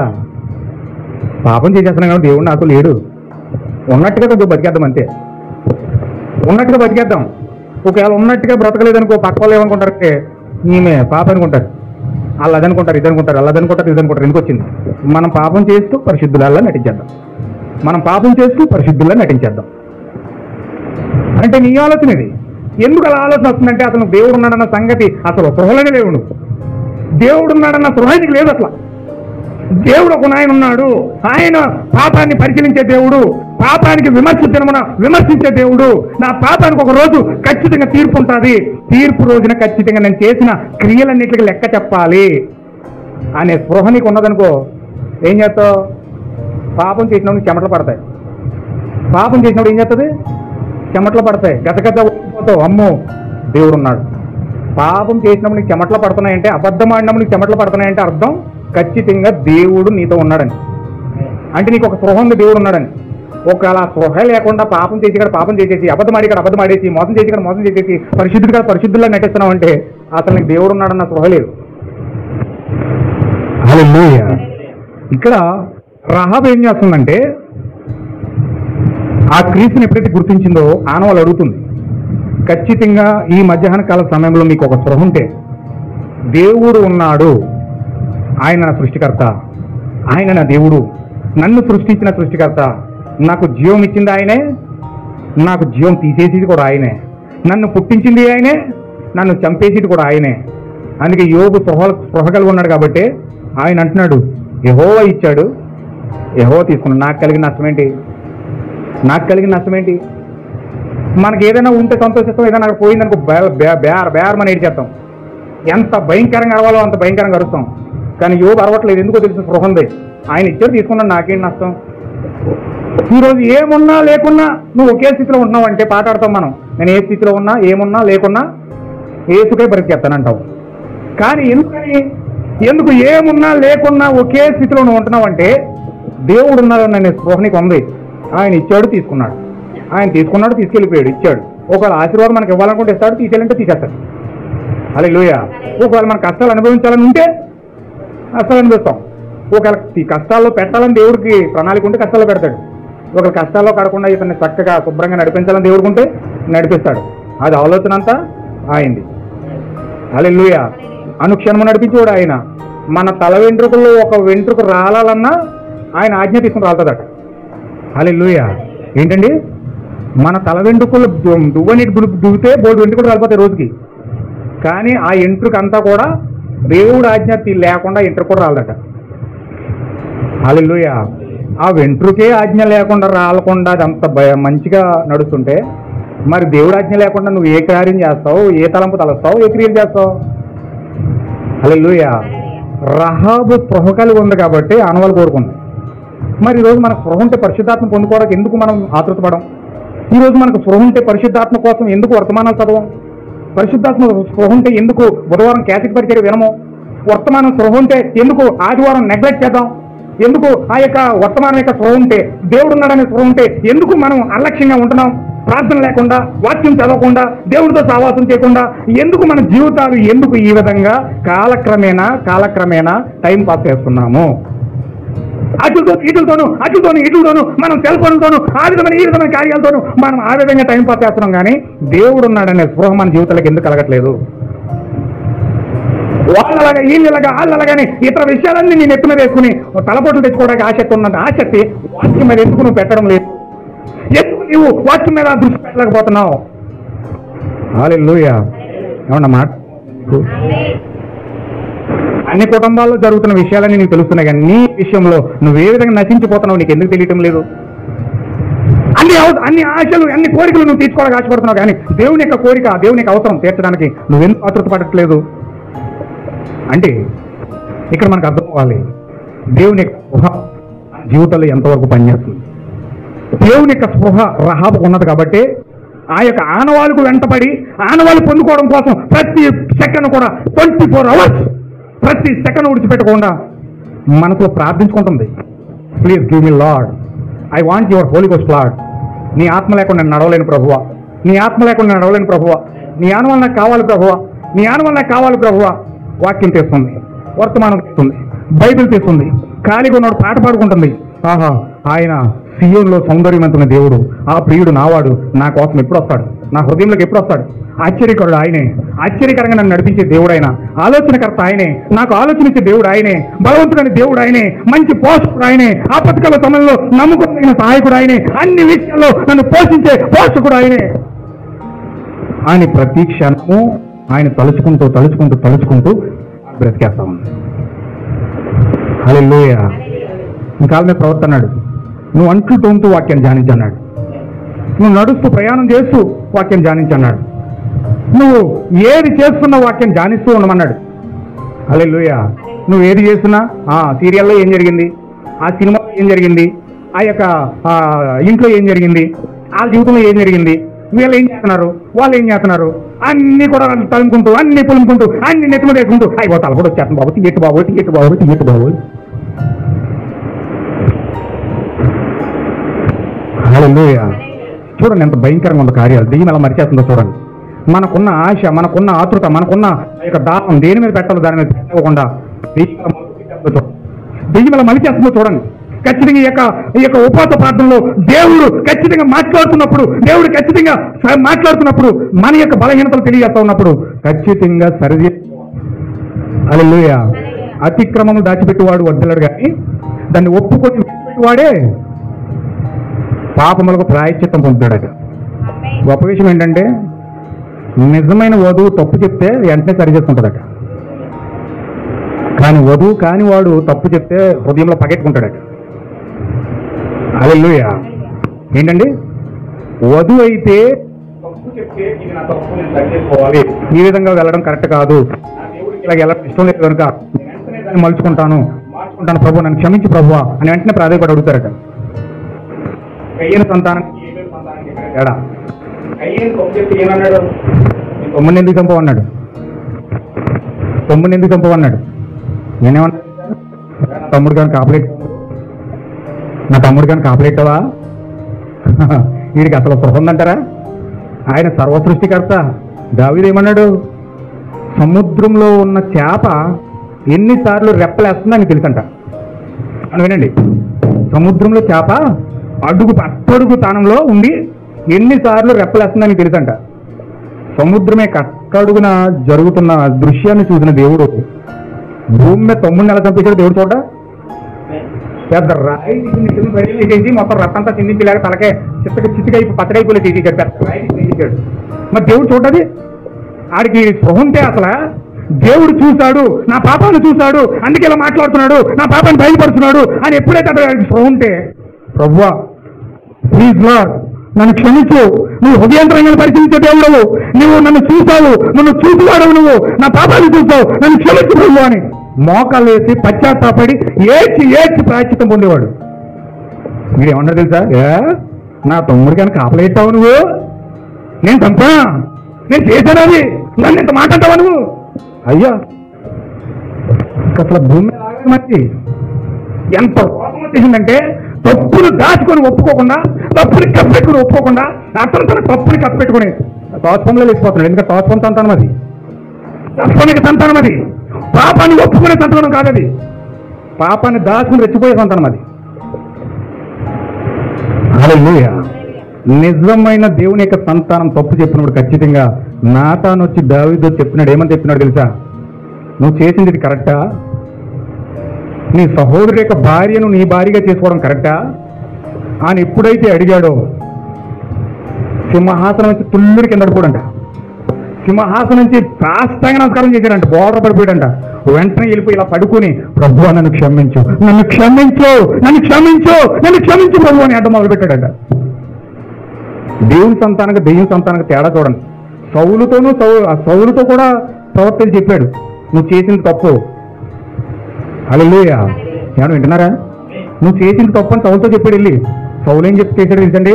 ఎంత పెద్ద కట్టెట్టుకుని ప్రవర్తనకి వెళ్ళిపోడు, కట్టెట్టుకుని వెళ్ళిపోడు. దొరికితే సమయాలు చంపేద్దరు, అక్కడ దొరికితే సమయాలు చంపేద్దరు. హల్లెలూయా. కానీ దావీదుతో చెప్తే పశ్చాత్తాపడ్డాడు, సౌలుతో చెప్తే కట్టెట్టుకుని వచ్చాడు. అందుకే దేవుడు వాక్యాన్ని బయలుపరుస్తున్నప్పుడు దేవుని సంతానము దెయ్యం సంతానం ఇక్కడ మనకు అర్థమైపోతారు. దెయ్యం యొక్క సంతానమేమో హృదయంలో కక్ష పెట్టుకుంటారు, పలానా రోజున పలానా వ్యక్తి నన్ను ఈ మాట అన్నాడు, ఇంత మాట అన్నాడు, ఇలా చేశాడు అని హృదయంలో దాచుకుంటారు. అదే దేవుని యొక్క సంతానం అయితే దాన్ని వెంటనే ఒప్పుకొని విడిచిపెట్టి ప్రాయశ్చిత్తం పొందుకుంటారు. హల్లెలూయా. ఖచ్చితంగా మన జీవితంలో జరుగుతున్న కార్యాలు ఒక్కసారి ఖచ్చితంగా మనం ఈ ఉపవాస ప్రార్థన ఎందుకు ఉపవాస ప్రార్థన చేస్తామంటే గోను బట్ట కట్టుకోవాలి. ఇక్కడ ఉపవాసం మనకు అర్థం ఏంటంటే గోను బట్ట ధరించుకోవడం, కన్నీరు కార్చడం, ఉగ్రత నుంచి తప్పించుకోవడానికి ఉపవాస దినం ప్రకటించినప్పుడు మనం సాధ్యం కాని దానిని కూడా విడిపించుకోవడానికి సాధ్యమయ్యే కార్యం ఏదంటే ఉపవాస ప్రార్థన ఏంటి? మనం విడిపించుకోలేని ప్రార్థన, మనము తప్పించుకోలేని పాపమును తప్పించుకోవడానికి, విడిపించుకోలేని పాపాన్ని విడిపించుకోవడానికి సహాయం చేసేదే ఉపవాస ప్రార్థన. ఖచ్చితంగా మనము ఒకవేళ స్పృహ లేకుండా, దేవుడు ఉన్నాడనే స్పృహ లేకుండా, ఖచ్చితంగా మనము ఆయన శిక్షిస్తాడు, మనల్ని శిక్షిస్తాడు అనే స్పృహ లేకుండా, మనము ఖచ్చితంగా ఆయన సరిచేస్తాడు అనే స్పృహ లేకుండా తీర్పు దినాన మనం నుంచోవాలి. తీర్పు దినాన మనము తప్పులను అక్కడ మనం సరి చేసుకోవాలి. అక్కడ ఉంటే ఖచ్చితంగా ఈరోజు మనం ఆనవాళ్ళు కోరుకుంటాం. హల్లెలూయా. ఆనవాళ్ళు మనం కోరుకున్నప్పుడు ఖచ్చితంగా నువ్వు పాపాలకు ప్రాయశ్చిత్తానికి పొందడానికి రెడీగా ఉన్నావని అర్థం. నువ్వు పరిశుద్ధాత్మను కోరుకుంటావు అర్థం ఏంటో తెలుసా? నీ పాపంను క్షమించమని దేవుడిని అడగడానికి సిద్ధంగా ఉన్నావు. నువ్వు పరిశుద్ధాత్మను ఎందుకు అడుగుతున్నావు తెలుసా? పరిశుద్ధాత్మ నీలోకి రావడమే నీ పాప క్షమాపణ. పరిశుద్ధాత్మ నీలోకి రావడమే ప్రాయశ్చిత్తమై ఉన్నది. పరిశుద్ధాత్మ నీలోకి రావడమే మారు మనసు అయి ఉన్నది. నీ పరిశుద్ధాత్మ నీలోకి రావడమే పరలోకం యొక్క ఆశీర్వాదం అంతా నీలోకి రావడమే ఉన్నది. పరిశుద్ధాత్మలో సమస్తం అంతా దాగుంది. అంటే నువ్వు పరిశుద్ధాత్మను కోరుకుంటావు అర్థం ఏంటంటే నువ్వు దేవునికి దగ్గరగా వచ్చి దేవునికి స్నానం ఇవ్వడానికి ఇష్టపడుతున్నావు అని అర్థం. హల్లెలూయా. అయితే ఒకవేళ దేవునికి స్నానం ఇవ్వకుండా లోకంలోనే ఉండి పాపక్రియలే చేస్తూ ఉంటూ లోకం యొక్క ఆలోచనలు ఆలోచించుకుంటూ ఒకవేళ పాపానికి నువ్వు సపోర్ట్ చేస్తూ ఒకవేళ నీ క్రియలు నువ్వు అలా ముందుకు తీసుకుంటూ ముందుకెళ్ళిపోతూ ఉంటే ఖచ్చితంగా నీకు స్పృహ లేని కారణంగా నువ్వు ఆ విధంగా చేస్తున్నావని అర్థం చేసుకోవాలి. ఒకవేళ స్పృహ లేకపోతే ఒకనొక రోజు తీర్పులో నువ్వు నిలబడవలసి వస్తుంది. తీర్పులో నువ్వు భయంకరమైన శిక్ష అనుభవించవలసి వస్తుంది. భయంకరమైన తీర్పులను గురైపోతావు. ఆ యొక్క రహాబు ఎప్పుడైతే ఆనవాళ్ళు కోరుకుందో, ఆనవాళ్ళు తీసుకుందో, ఆ ఎరుకో దేశం నుంచి తప్పించబడ్డది, ఆ కుటుంబాన్ని అంతా తప్పించుకుంది. వెంటనే మొత్తం ఆ దేశాన్ని అంతా కూడా మొత్తం తొత్తినీలుగా యెహోషువ మొత్తం పడగొట్టి కూల్చి పారేశాడు. హల్లెలూయా. నా ప్రియమైన సహోదరులు ఒకసారి ఆలోచించండి. ఆ రహాబు యొక్క కోరిక చూడండి. ఆమె ఆనవాళ్ళు కోరుకోవడమే కాకుండా, ఆనవాళ్ళు పొందుకోవడం కాకుండా ఆమె ఏం చేస్తుంది తెలుసా? ఇక్కడ మాట్లాడుతున్న విషయం అంటే ఆమె మాట్లాడుతుంది ఇక్కడ చాలా అద్భుతమైన మాట, చాలా అద్భుతమైన మాట ఇది. ఆమె చాలా ఆశ్చర్యకరంగా మాట మాట్లాడుతుంది. చాలా నాకు ఈ మాట అంటే చాలా ఇష్టం అండి, చాలా ఇష్టపడతాను దీన్ని. చూడండి ఒకసారి.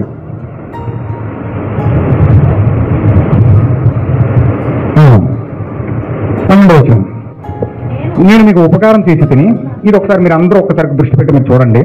దేవుడు ఖచ్చితంగా మిమ్మల్ని దీవించాలని ఆశపడుతున్నాను. నేను మీకు ఉపకారం చేసి తిని కనుక మీరును నా తండ్రి ఇంటికి ఉపకారం చేసి నాకు నిజమైన ఆనవాళ్ళు ఇచ్చి నా తండ్రియు నా తల్లియు నా అన్నదమ్ములందరూ నా అక్క చెల్లెంటులు వారికి కలిగిన ఉన్నవారందరిని చావకుండా బ్రతకనిచ్చి రక్షించినట్లుగా దయచేసి యెహోవా తోడని ప్రమాణం చేయడము. ఈమె యొక్క సంకల్పం చూడండి. ఆమె తల్లి రక్షించబడాలని కోరుకుంటుంది, ఆమె తండ్రి రక్షించబడాలని కోరుకుంటుంది, అన్నదమ్ములు రక్షించబడాలని కోరుకుంటుంది, ఆమె అక్క చెల్లెలు రక్షించబడాలని కోరుకుంటుంది. వారికి కలిగి ఉన్న వాళ్ళందరూ కూడా చావకుండా బ్రతకాలని, వాళ్ళందరూ రక్షణ పొందుకోవాలని ఆశపడి ఆమె ఆ యొక్క వస్తుని ప్రాపేయబడి కోరుకుంటా ఉంది. హల్లెలూయా. నువ్వు రక్షణ పొంది నీ తల్లికి రక్షణ ఇవ్వాలి కానీ ఇక్కడేం జరుగుతుందంటే పరిస్థితులు వ్యతిరేకమైపోతూ ఉన్నాయి. నువ్వు రక్షణ పొంది నీ తండ్రికి రక్షణ ఇవ్వాలి, నువ్వు రక్షణ పొంది నీ అన్నదమ్ములకు రక్షణ ఇవ్వాలి, నువ్వు రక్షణ పొంది నీ బంధుమిత్రులకు రక్షణ ఇవ్వాలి. కానీ మనం రక్షించబడిపోయాం కదా, మనం బాగానే ఉన్నాం కదా, మనం బాగానే వెళ్ళిపోతుంది కదా కాలం, ఎవరు రక్షించబడితే ఏంటి, ఎవరు రక్షించబడకపోతే ఏంటి అని వెళ్ళిపోయే తత్వము క్రైస్తవులు కాదు. హల్లెలూయా. ఎంత బాగా కోరుకుంటాం చూడండి, తల్లిదండ్రులు రక్షించబడాలని, అన్నదమ్ములు రక్షించబడాలని, బంధుమిత్రులు రక్షించబడాలని, అందరూ కూడా రక్షించబడాలని ఆవిడ తీవ్రమైన వాంఛతో ఆమె ఆనవాళ్ళు అడిగింది. వాళ్ళందరినీ కూడా రక్షించమని వాళ్ళని అడుగుతుంది. ఈరోజు నువ్వు కూడా అలాగే ప్రార్థన చేస్తావు, తీవ్రమైన ప్రార్థన చేస్తావు, వేదంతో కూడిన ప్రార్థన చేస్తావు. ఎలా చేస్తావు తెలుసా? నా బంధువులు రక్షించి ప్రభువా, నా తల్లిదండ్రులు రక్షించి ప్రభువా, నా యొక్క అన్నదమ్ములు రక్షించి ప్రభువా, నా అక్క చెల్లెలు రక్షించి ప్రభువా, నా యొక్క తోబట్టులందరూ రక్షించి ప్రభువా అని మోకరించి రహాబు ప్రార్థించినట్లుగా నీవు కూడా ప్రార్థిస్తావు. ఒకవేళ రహాబు వలె నీవు రక్షించబడాలని, రహాబు వలె శుభ కలిగి ప్రార్థించాలని ఆశ కలిగి ఖచ్చితంగా ప్రతి ఒక్కరి కోసం నువ్వు ప్రార్థించి వారి రక్షణ పొందుకోవాలని ఆసక్తి ఉంటే వాళ్ళందరి కోసం ప్రార్థించడమే కాకుండా వారి దగ్గరికి వెళ్ళి రక్షణ వరకు తెలియజేస్తావు, వాక్యం మీద చెప్తావు, సత్యం మీద చెప్తావు, వాళ్ళందరినీ కూడా రక్షణలో నడిపించడానికి ఒకవేళ నువ్వు అన్నీ పొందుకొని నమ్మకం నీడెత్తగా ఉన్నావంటే అర్థం ఏంటంటే నీకు ఇంకా దేవుడు ఉన్నాడనే స్పృహ నీకు కలగలేదని అర్థమవుతుంది. హల్లెలూయా. అందుచేత నా ప్రియమైన సహోదరి సహోదరులారా ఆలకించండి, ప్రార్థించండి. రహాబు అన్యజనులైరాలై అన్నది. ఆ రహాబు ఎవరో కాదు, మనమై ఉన్నాం. ఆ రహాబు ఎవరో కాదు, మనమే ఉన్నాం. సంఘమై ఉన్నది, అన్యజనుల సంఘమై ఉన్నది. ఈరోజు అన్యజనుల సంఘము యేసుక్రీస్తు యొక్క రక్తము ద్వారా, ఆనవాళ్ళ ద్వారా రక్షించబడాలి. నీవు రక్షించబడమే కాకుండా యేసుక్రీస్తు నామాన్ని నువ్వు ధరించడమే కాకుండా అనేక మందికి, నీ బంధువులకి, నీ తల్లిదండ్రులకి, నీ అన్నదమ్ములకి అందరికీ కూడా దాన్ని అప్లా చేసి వారి కోసం ప్రార్థించి వారిని వాక్యంలోనికి నడిపించడానికి నువ్వు చేయాల్సిన ప్రతి ప్రయత్నము చేయాలి. అలా చేసింది రహాబు కనుక ఆమె యెరికో నుంచి తప్పించబడి పాలు తేనెలు ప్రవహించే దేశంలోకి వెళ్ళి ఆమె వేశ్యగా మారిన అమ్మాయి సల్మాకు భారీగా మారిపోయింది. హల్లెలూయా. సల్మా వాక్యం చెప్పడానికి వచ్చాడు. ఆమె యొక్క క్రియ, ఆనవాలు అడిగే ప్రక్రియ, ఆమె యొక్క వస్త్రధారణ, ఆమె యొక్క పశ్చాత్తాపము, ఆమె యొక్క తగ్గింపు ఎప్పుడైతే సల్మా గ్రహించాడో ఆమెను వివాహం చేసుకోవడానికి సిద్ధపడ్డాడు. హల్లెలూయా. ఈ రోజు ప్రభువుని యేసుక్రీస్తు భూమికి వచ్చాడు. నీ తగ్గింపు, నీ యొక్క రక్షించే తత్వము, నీవు వాక్యం చెప్పే విధానము, ఇతరుల కోసం ప్రార్థించే విధానము, వారిని రక్షించడానికి నువ్వు పడే తాపత్రయము, నీ అన్నదమ్ముల్ని, తల్లిదండ్రుల్ని, నీ యొక్క అక్కచెల్లిని, అన్నదమ్ముల్ని అందరినీ కూడా కాపాడడానికి, రక్షించడానికి నువ్వు పడే వేదన, తపన, నీ దగ్గరున్న ఆ సల్మా ప్రభువుని యేసుక్రీస్తు నిన్ను ఎప్పుడైతే చూస్తాడో నిన్ను పెళ్లి చేసేవాడికి ఇష్టపడతాడు. హల్లెలూయా. ప్రభువుని యేసుక్రీస్తు వచ్చాడండి, పెండ్లి వరుడుగా వచ్చాడా? ఇగో బలిష్ఠుడైన దూతగా, పెండ్లి వరుడుగా ఈ సల్మా నీ దగ్గరికి వచ్చాడు. ఇప్పుడు పెళ్లి చేసుకోవడానికి వచ్చాడు. సంఘాన్ని క్రీస్తు పెళ్లి చేసుకోవడానికి వచ్చాడు. హల్లెలూయా. అయితే వచ్చినాడు ఏం చెప్తున్నాడు? నిన్ను ఆనవాళ్ళు ఉందా? ఇతరుల కోసం ప్రార్థించే తత్వం ఉందా? నీ బంధుమిత్రుల కోసం, నీ స్నేహితుల కోసం, నీ తోబుట్ల కోసం, నీ తల్లిదండ్రుల కోసం, నీ అన్నదమ్ముల కోసం నువ్వు పడే వేదన కావాలా? చూస్తున్నాడు ఆయన.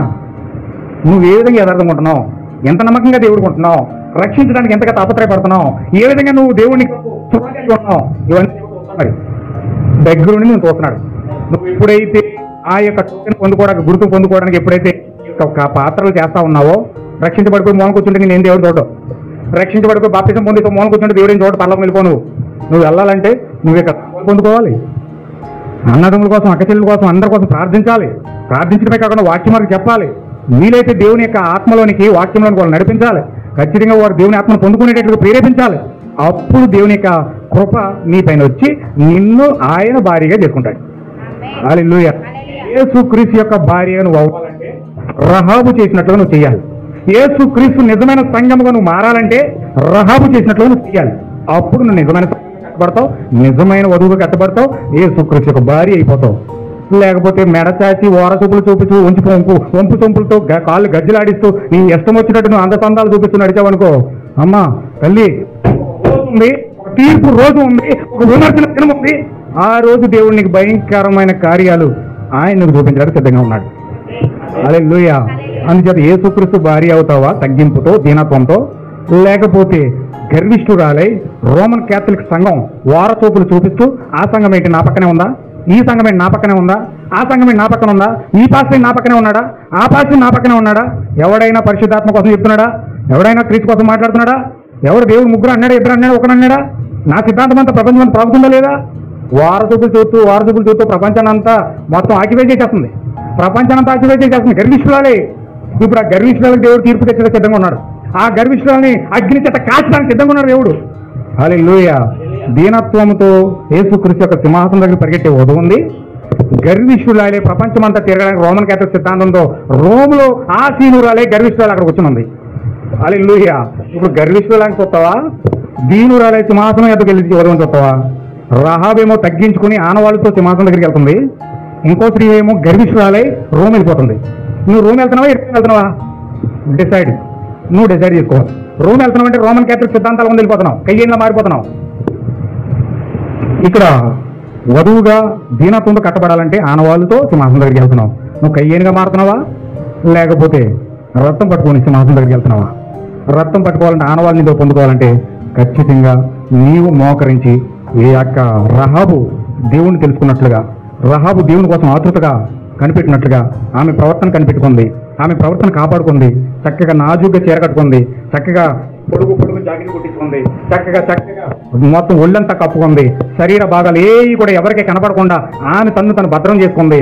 చక్కగా దేవుడిచ్చిన అందంతో చక్కగా ముక్కులు కట్టకుండా, చెవులు కట్టకుండా, నోట్లు కట్టకుండా, కాళ్ళు కట్టకుండా, నోడలు కట్టకుండా, ఎక్కడ ఏం పెట్టకుండా ఆమె ఎలా పుట్టిందో అలాగే ఆమె ఎంత అందంగా తయారయ్యి చక్కగా కింద నుంచి పైకి అన్ని వస్త్రాలు, నీటి వస్త్రాలు కప్పుకొని చక్కగా పవిత్రంగా పరిశుద్ధమైన స్త్రీలా కనపడుతుంది.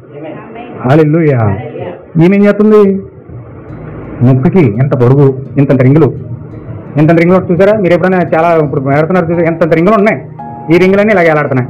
ఈ చెవులకి ఎంత రింగులు ఉన్నాయి, ఇక్కడ దాకా ఎలాడుతున్నాయి. ఇక్కడి నుంచి ఇక్కడ దాకా పట్టాలని గల్లు గల్లు గల్లు గల్లు అమ్మూరు వస్తుంది. హల్లెలూయా. నడలకు వడ్డాను అన్నీ ధరించుకొని, ఆహా మేము ఇలాంటి వాళ్ళు, మా బంగారం చూసావా, ఇది ఎంత అనుకున్నాం? ఒరిజినల్ గోల్డ్, ఇది 1,00,000 రూపాయలు. ఈ చైన్ ఎంత, ఈ చెవులు ఎంత, ఈ ముక్కు ఎంత, అమ్మ నువ్వు ఎంత ఆస్తి కలుగున్నావమ్మా అంటే వీళ్ళన్నీ కుమ్మరించుకుని లోకానికి అందాలు ప్రదర్శించడానికి ప్రయత్నం చేస్తా ఉన్నారు. దేవుని యొక్క వధువు అయితే క్రీస్తు అందాన్ని ప్రదర్శిస్తూ ఉంది. హల్లెలూయా. లోపలి అందమే ముఖ్యమైన దేవునికి. అంతరంగాన్ని చూసే దేవుడు, అంతరంగాన్ని పరిశీలించే దేవుడు లోపల అందాన్ని చూస్తున్నాడు. లోపల అందం ఏంటి? చక్కగా విశ్వాసం పొందుకున్నావా, సద్గుణం పొందుకున్నావా, జ్ఞానం పొందుకున్నావా, ఆశయనిగ్రహం పొందుకున్నావా, సహనం పొందుకున్నావా, దైవభక్తి పొందుకున్నావా, సహోదర ప్రేమ పొందుకున్నావా? ఇవన్నీ లోపల అందం. ఈ లోపల అందం మీద దృష్టి పెట్టి దీన్ని పొందుకున్న వాళ్ళు వధువుగా మారుతున్నారు. బయట అందం మీద దృష్టి పెట్టి బయట అడవిడి చేసిన వాళ్ళందరూ కూడా ఆ రోమ్లో కలిసిపోతా ఉన్నారు. హల్లెలూయా. నువ్వు రోమ్ వెళ్తున్నావో, లేకపోతే ఇలా పిరమిడ్లోకి వెళ్తున్నావో, దేవుని యొక్క సింహాసనం దగ్గరికి వెళ్తున్నావో, నీవే డిసైడ్ చేసుకుని ఒకవేళ ఏదైనా పొరపాటు ఉంటే మోకరించి పశ్చాత్తాపడి కన్నీరు కార్చి టైం వేస్ట్ చేయకుండా చక్కగా దేవుని కొరకు వాక్యం చదివి సిద్ధపడి ప్రార్థించి వర్తమానంతో దేవునితో సహవాసం చేస్తే దేవుని యొక్క గుణలక్షణాలను మన జీవితంలోకి వస్తాయి. దేవుడు మనందరినీ కూడా దీవించును గాక. ఆమేన్. ప్రార్థన.